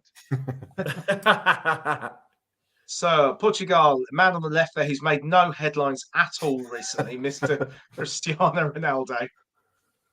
I'm not going to touch on his interview with Piers Morgan, but he didn't play the other day. Supposedly had a sickness bug, conveniently had a sickness bug. But you're not going to talk about him, so let's move on. Not the actual, not his. Oh, not that interview. part. Okay. No. What do we think about Portugal, HG? Again, another really stacked squad. You know, they're players that play all around Europe at the highest, the biggest teams. There may be a couple of players that you may never have heard of, like Ricardo Horta. I don't know who that is, but yeah, those again, it's about getting the right side. There's an 11 there that are good enough to win the whole thing. definitely. I hope they don't. But again, it might be one of those situations where the team might be better if Ronaldo isn't in it. And as good as Ronaldo is, they won the Euros with him waving his arms on the touchline. So I don't think their manager's ever going to drop him. But they have some very, very good players, some very good players off the bench. Bernardo Silva is world class. I expect them to do pretty well. Horta plays for Braga, by the way. Oh, does he? For Braga? Okay, yeah. I just Googled that. I can't claim that I knew the knowledge already. I will say, apparently Antonio Silva is a very good defender, but I don't think he's going to play because it'll be Ruben Dias and Pepe. Yeah. How old is Pepe now? He's got to be, 39, 40. 37, I think. Crazy that he's still going. Pepe, born in February 83. So, yeah, you're right, 39. My gosh. Almost. He'll be 40 in February. Goodness me. Youngster. Heber, you worried about Portugal? Well, let's put it this way. I'm very glad they're playing Pepe because we need old defenders because we also have old strikers on the Uruguayan side. Yeah. But am I worried about Portugal? We played them in the 8 finals last World Cup and sent them home after a 2-1 win. And that was with Cristiano Ronaldo at his prime. So I'm not more scared of them today than I was of them 4 years ago. Can we lose against Portugal? Anybody can lose against Portugal because they're a team that have been playing together in that setup. I have the feeling for a very long time. They all know each other, and I think that is a key strength. However, I do think that some of their players are past their prime now, and I don't see the team benching them against younger ones. I don't see him leaving Cristiano out on the bench, for example. So they're clearly, I think that Group H is a very evenly matched group. Anybody could beat anybody. It's going to be tough to know who's going to win. And I think that Portugal's going to go through. But let's see. I think this is a team that could beat everyone in their group, but they could also lose all 3 games in their groups. And after seeing the game, it wouldn't be a surprise. So hard to say what's going to happen with them. I'm sure if I were Portuguese, I would have a complete different opinion on that. But that's the way I see it. I look at them from the outside and as one that, my country's going to have to play against them. So yeah. It has to be a well-prepared game, but not afraid of them. Yeah, I mean, Cameron, I'm trying to work out the team because Diogo Dalot has been excellent for Manchester United right wing back, but then they've got hiccup and a half. They've got Guerrero, they've got Cancelo can play left or Cancelo play left or right. You presume Ruben Dias will play. Yeah, I think Dias starts. It's a hell of a squad, isn't it? Yeah. Diaz got the right amount of leadership there as well. I actually do rate this team. Well, I was hoping Diaz would come to us, but he went to City. I actually think they're quite balanced. I actually think, the age doesn't go with them, but it could actually be an asset as they're a seasoned team going throughout this tournament. To me, they're definitely nailed on for this group to win it. I can't see the others finishing ahead of Portugal. I have them in my probably top 4, top 6. Definitely odds-on favourite. They were the 2016 Euro champs, weren't they? They were, yes. Yeah. Last chance. They're a bit like Belgium. Last chance saloon. Yeah, I think that's fair comment. Sean? Yep. They're a loaded squad. They should be able to go far. They should win the group. I'm just going to be interested to see with everything that's happened this week with the left, what the dynamic is going to be between.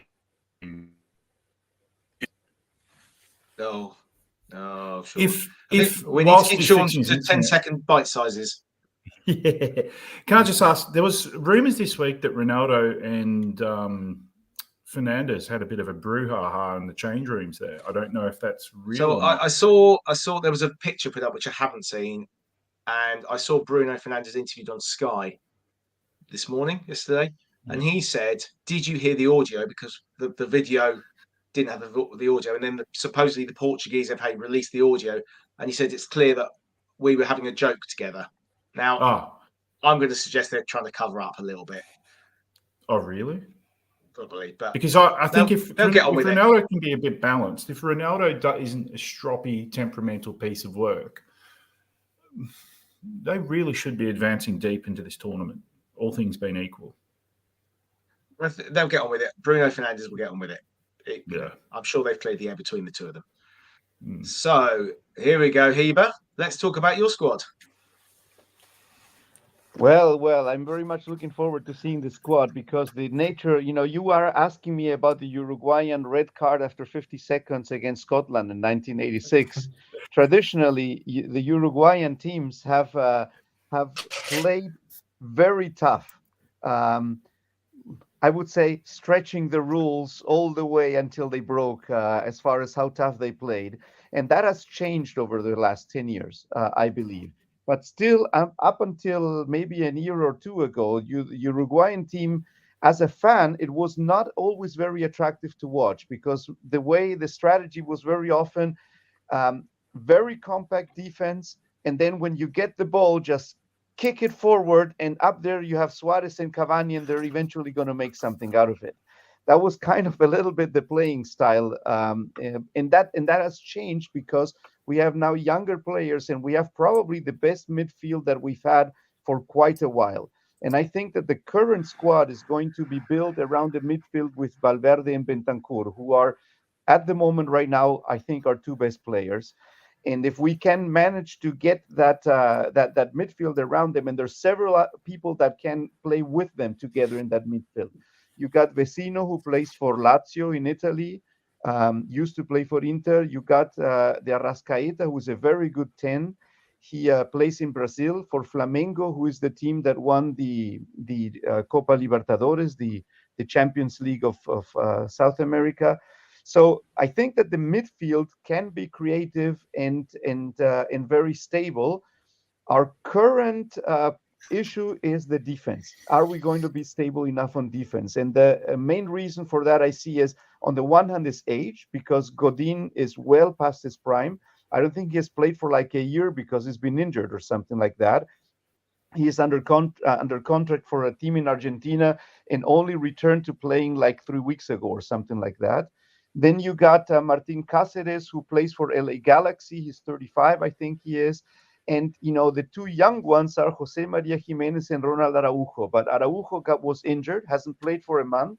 The news is he will only be available for the third game. So the first two games we're going to have to do without him.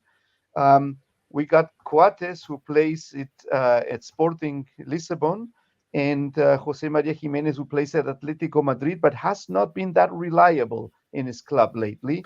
So it could be, that they pull it together and we have a really good defense on the inside, but it could also be that they just simply commit silly errors and concede too many goals. And that used to be our strength, not conceding easily.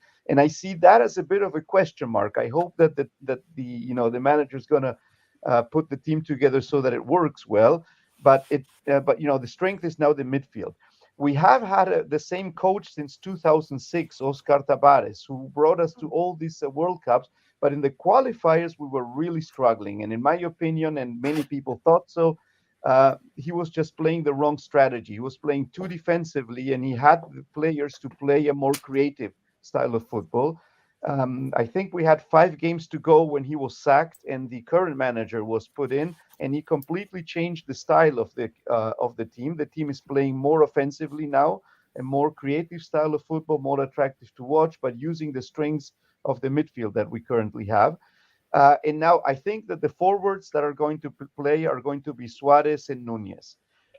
You guys probably know how Nunez has had a difficult adaptation to Liverpool, has not always performed to the level that he was expected to, but I think that he's going to do well in the context of the squad. And Suarez, you got to say it, Suarez is past his prime. He has that instinct, but he needs people to get the ball to him. He's just not as fast anymore as he used to be. He's not one that's going to press. Cavani has been injured, I think he plays now in Spain, and he went out of the game 2 weeks ago injured. We don't know whether he's going to be available to play or not. Those are the question marks. But all in all, I'm confident that we're going to make it past the group stage. When the groups were drawn, we have a recent history with every team in this group. Portugal, we played last World Cup. In the 2010 World Cup, we played South Korea in the eighth finals. We won 2-1. And of course, probably everybody remembers that game against Ghana in the quarterfinals with us exchanging the goalkeeper mid-play, and the referee didn't understand quite exactly how that went. So he gave a penalty and so on. So old story. So Ghana is looking for revenge. I've read that in the news that they've all said it. They're looking for revenge. They're going to come overly motivated. If I remember correctly, they're our last game. Maybe by that time it doesn't matter anymore. So Yeah. let's see. That's my take on the Uruguayan squad. What do you think of the fixtures there? Sorry to butt in. I was looking at the timing of the fixtures. What are your thoughts there? Oh, I think that they could play to our advantage. I mean, our first game is against South Korea, and that for you guys, that's a game zone against Bentancur, right? Obviously, when we're going to look at South Korea, I think that they are traditionally a very organized team. That, except for Son, I got to say, there's not really a lot of names that I know there. That's going to be it. I think that we could win all games, we could lose all games, but I think that starting against South Korea is going to play to our advantage, because I think it's a game that we will be able to play well with our strengths.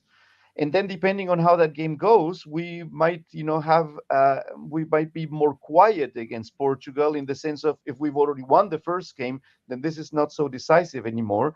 But even if we lost the last game, there's a certain mentality in the Uruguayan squad that we have a name for. It's called the Charruan Claw. The Charruans were the Indians, the natives that lived in Uruguay before the Spaniards came there. And it kind of is the spirit of, we're not going to give up all the way until the last minute. And if we have to fight until the end, we're going to do it. And very often our team has proven that they can, when everything is lost and that's the last chance, that they will often take the last chance. Obviously, it doesn't always work.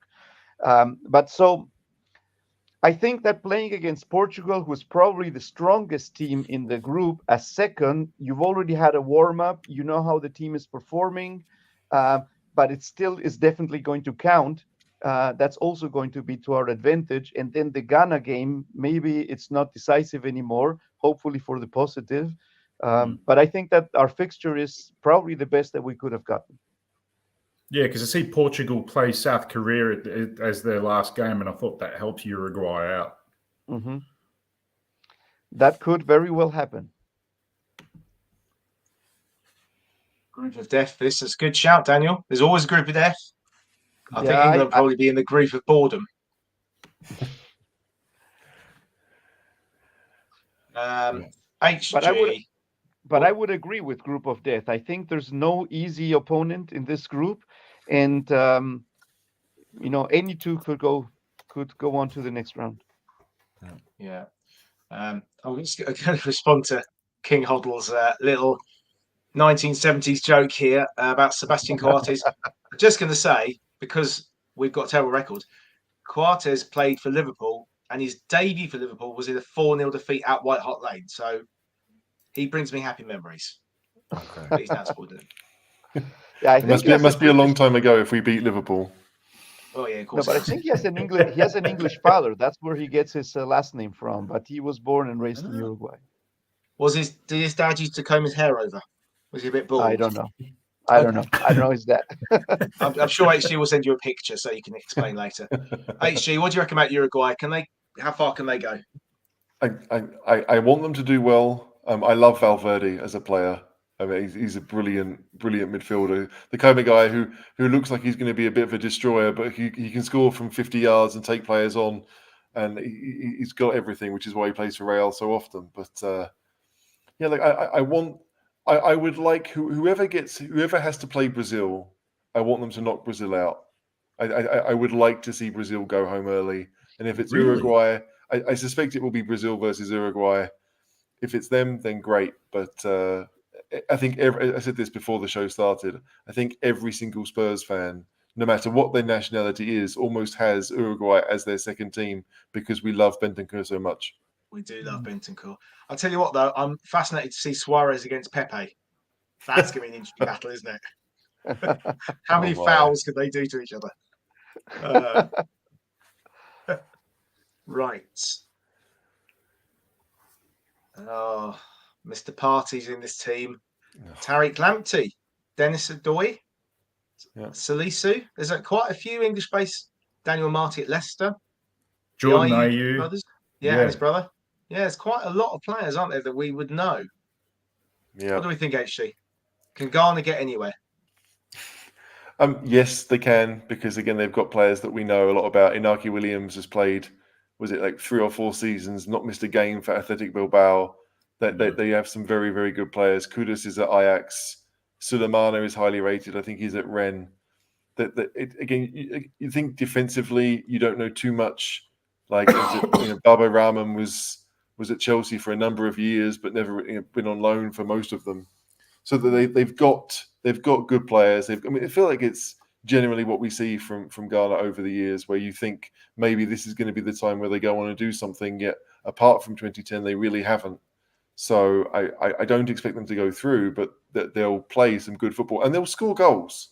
I think they'll be a team that you have to get maybe 2 or even 3 goals to beat, because they won't go they won't go down easily. Reba, does Ghana worry you? To be honest, I'm not too worried about Ghana. I think that they're, a little bit what HG was saying. They're not a team that has really kept the promises, except for 2010, and that is unfortunately, got to say, for World War football, the case for a lot of the African teams. We've been waiting for, I don't know, at least for the last 5 or 6 World Cups for an African team to really go all the way, or at least until the semifinals, and that just hasn't happened yet. I hope they won't give me a surprise, but I'm not too worried about Ghana. I'm more worried personally in this group about Portugal and South Korea than Ghana. Mm-hmm. Interesting. I know it's Mohamed Kudus, who scored 4 goals in 6 Champions League games for Ajax, is in there. He looked a very good player and outshone Bergwijn, Cameron. Yeah. I don't know too much about the Ghanaians, but look, typical African team, they can do anything at the World Cup. I'll definitely say the Ghanaians are kind of the watch there. They either bomb out or they actually finish second or first. The typical African nation to me. They could do spectacular things, but defensively, it's a question mark to me as well. Okay. Sean, I'm going to say keep it short, because it seems after about 10 seconds you drop out. Bentancur versus Partey. Who do you think is going to win that battle? I hope Bentancur wipes him out. Takes him right down. Injure the guy. That'd be great. An injury to Partey would be very useful. I never like to encourage an injury, but I wouldn't be disappointed. And I'm not going to ask us to pronounce all these names, HG, although I'm sure you give it a go. Yeah, just go with the surnames. Yoon, yeah. Kim Song Hong. Jo, Yoon, Kim Hong, Kim Hwan, Kim Jo, yeah. Are they all going to have Kim on the back of their shirts? Because that would be awful for any commentator. Well, they not have the initials. I don't know, but still, like, yeah. So where is I can't even. Song Heung-min up the top there of midfielders, which is definitely our midfielder. Where's Hwang? Is it Hwang who's at Wolves? Yeah, yes, that's the one. Where? Which one is he? Because there's a lot of Hwangs. A couple below Son. Yeah, that's right side, like a third throne. Hee Chan Hwang. I think that's the one you're talking about, right? Right. Okay. I mean, I don't know. I can't admit I know much about South Korea. I do follow their results because I look if Sonny scored or not. And this is how he'll be looking. Batman. Did you see that somebody also took this picture and put a red cape on him as well?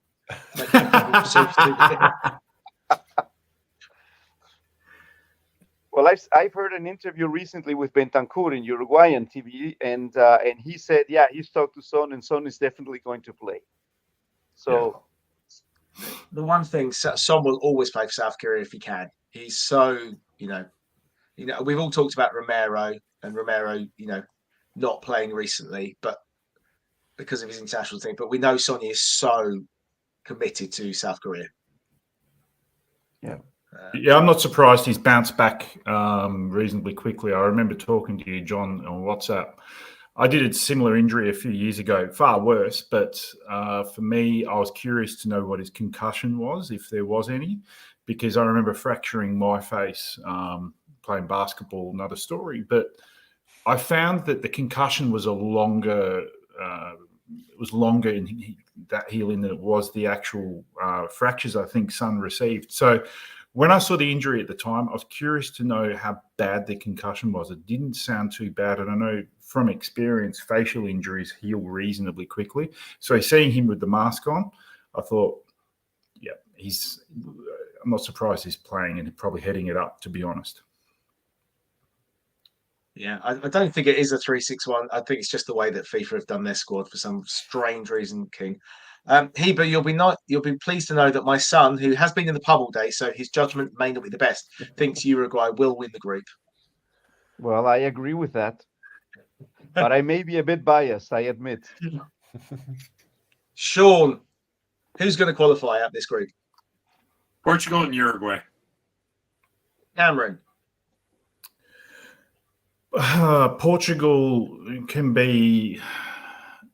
Portugal finish first, although if they decide not to turn up, this group can become a mess. I'm going to go Uruguay, but it will be a bit of a stoush there because I think each team can inflict pain on each other. But I think Portugal and Uruguay just. Okay. Heber, are Uruguay going to do it? I think that Uruguay are going to win the group, but as I said, I'm a bit biased there. I would be happy to be second as well. And I think logically it would be Portugal and Uruguay. I think that the upset could be that Portugal doesn't get it together, and then it would be Uruguay and Korea. That's my question mark. If they think they win the group, then they could get done on the hop there. No, Adrian, he's doing politics, so similar sort of thing, really, as pub management. HG, who's going to qualify? Look, I don't want them to do it, but you look at that Portugal squad; they have to qualify. They have to be in the top two. After that, I think it's going to come down to strikers, right? Like we obviously we know that Sonny is good, but the Ghanaian strikers. There wasn't anyone there that made me think that they're going to go and put the ball in the back of the net, and we know that Cavani and Suarez can. So you'd have to think that Uruguay would be the second team. But yeah, it really could be. It's difficult to call, but you go on what we've seen so far. Portugal +1, probably Uruguay. I think Uruguay, just because coming back to the fixtures, if that third game for each team is still a live rubber, then Uruguay all day, because I think the Portuguese will go hammer, just shove the South Koreans something bad, because they'll have to play with a lot of conviction. I mean, I don't know what it is. Like when they play their final games, like if they do play their final game after Group G, they will know like where they need to finish, right? If they want to avoid Brazil. But there's no guarantee that H will be played after G, right? Like you don't know how that is. But whenever they do those, if they have an idea of where they need to be to avoid Brazil, then that will make the game much more interesting. No, but if I remember the fixture correctly, H will be played after G, but the last games are played simultaneously. So you know, if it depends on the result of the other game, you just don't know how the other game is going to finish. At least not until very late in the game, if it's a very clear result on the other side. So I think what HG is saying about is when England played Belgium in 2018, England knew if they lost that game, they'd have a much better path to the final. That's right. Which they did. And Gareth Southgate changed 9 players? Yeah, it was the best 1-0 defeat ever, because we all knew. and that's the weird thing. Like in the last 2 tournaments, there have been an easy side of the draw and a hard side, and it's an obvious case where you look at and you think, I'd rather play Sweden and Ukraine in quarterfinals than what England had to do than anyone else. I mean, we got Denmark in the semi-final. That clearly is not an easy game, but you take Denmark over France or Italy and I forget who was in the other semi-final, Italy and someone. So it will be interesting that when you play late The good thing is if you're one of the last groups, you don't have you have to wait a long time to start, so you get a bit more time as a group. But then your 7 games are in a shorter time frame than everyone else. So like what would you rather have? But I just can't wait for it to start. Like I know it's awful, and I know it's in Qatar, and none of us think it should be there, and we knew that 12 years ago, and all the rest of it. But it's the World Cup. Like I don't know how many. It sounds awful how many I'm going to see, but I want to see as many as I can, and I'm excited that one is starting this weekend. Just put this up. HG found this earlier. That blue blob on top of Northern England is the size of Qatar. Just to prove how small Qatar is as a country. England is not a big country at all. But basically just north of Newcastle down to just south of It's like Leeds, a 2-hour drive, maybe. And that's only because there aren't any major roads, really.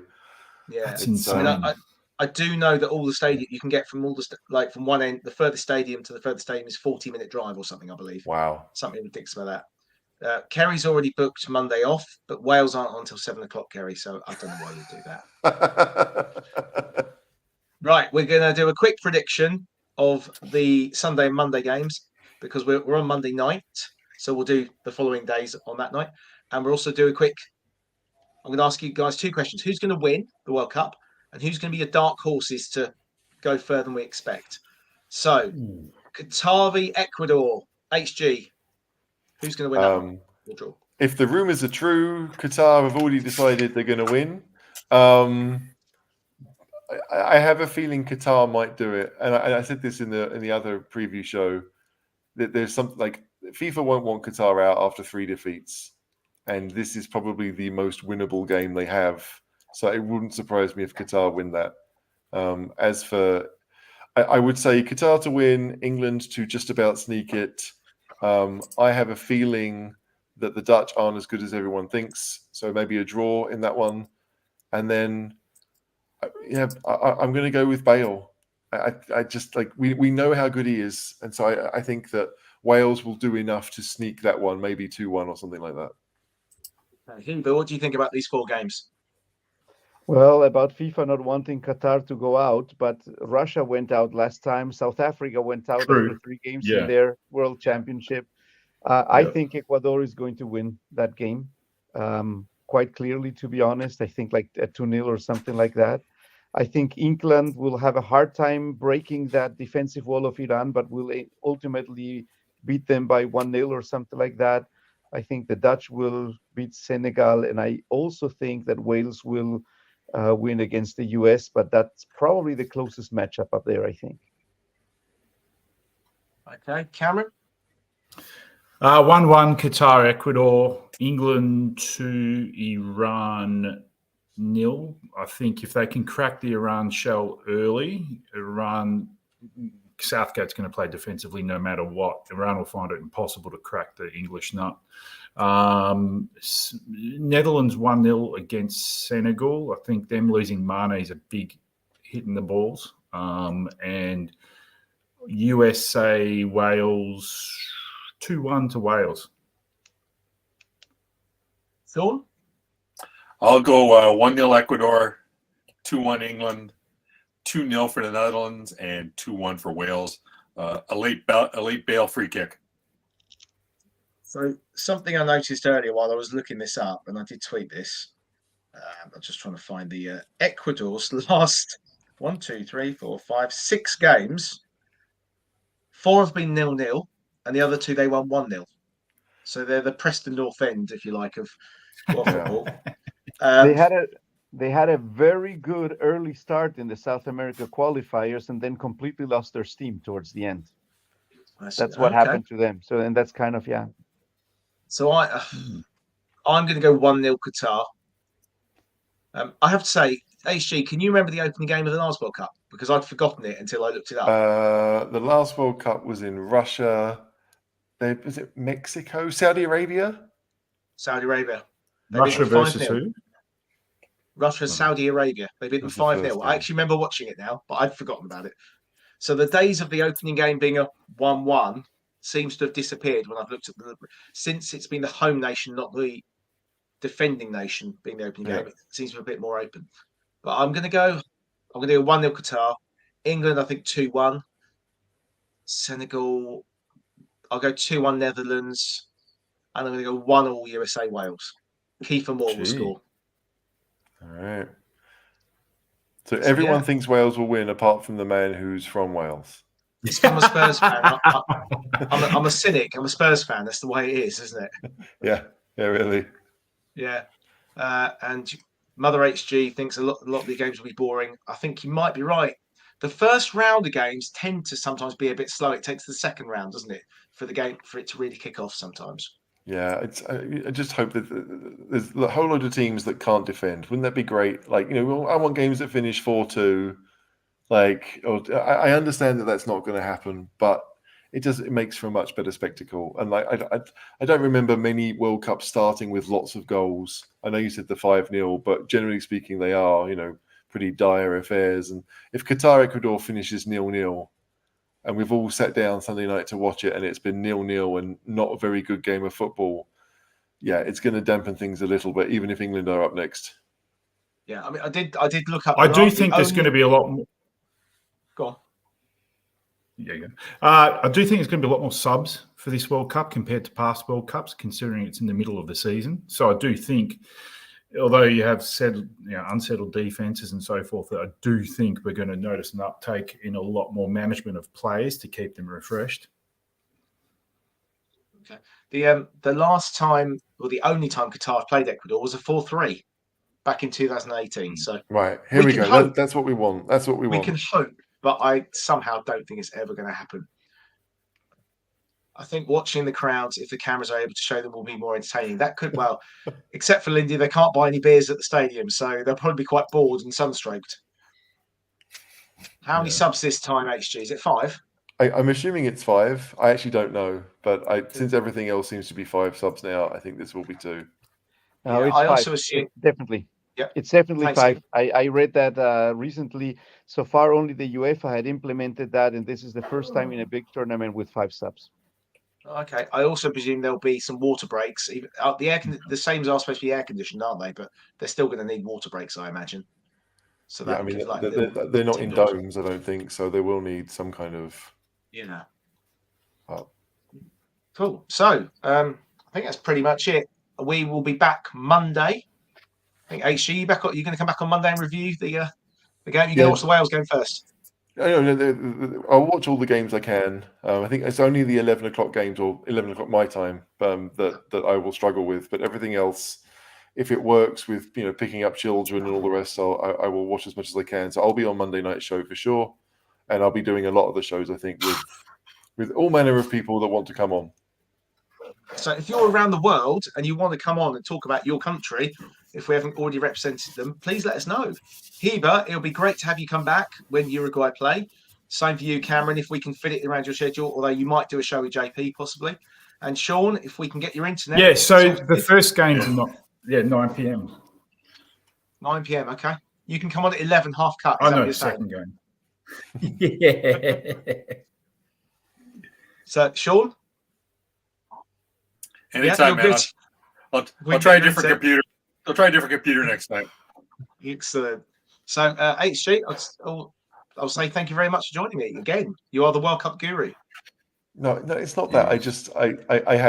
I do nothing else apart from work and watch football pretty much. So it seems a lot, but I love football. You go on Amazon as well. I know that. I did today. That's true. I spent far too much money on Amazon, and my wife doesn't know that yet. So she'll know now. But yeah, Christmas, right? It's not for me. It's for Christmas. Heba, thank you very much for making your cheese room debut. Thank you. It was a pleasure. That's some great insights indeed. And Cameron, cheers, buddy. What are you doing today? What's happening in Melbourne today? What's happening in Melbourne today? It's actually no events on and nothing huge. We've got voting next Saturday. So, David, I'll try and take a picture of a democracy sausage next Saturday because it's our state elections here. But besides that, it's going to be a quiet one today. Okay, cool. And as I said, Sean, thank you very much over in Canada. Anytime. Cool. And I'm going to say, are we going to say "Come on, you Spurs"? No, we're going to say come No. kind of like down with Qatar. You know, that's probably a bit boo to Workers' rights. corruption. There you go. Due to corruption and all that. And thank you very much. Cheers, bye. See you soon.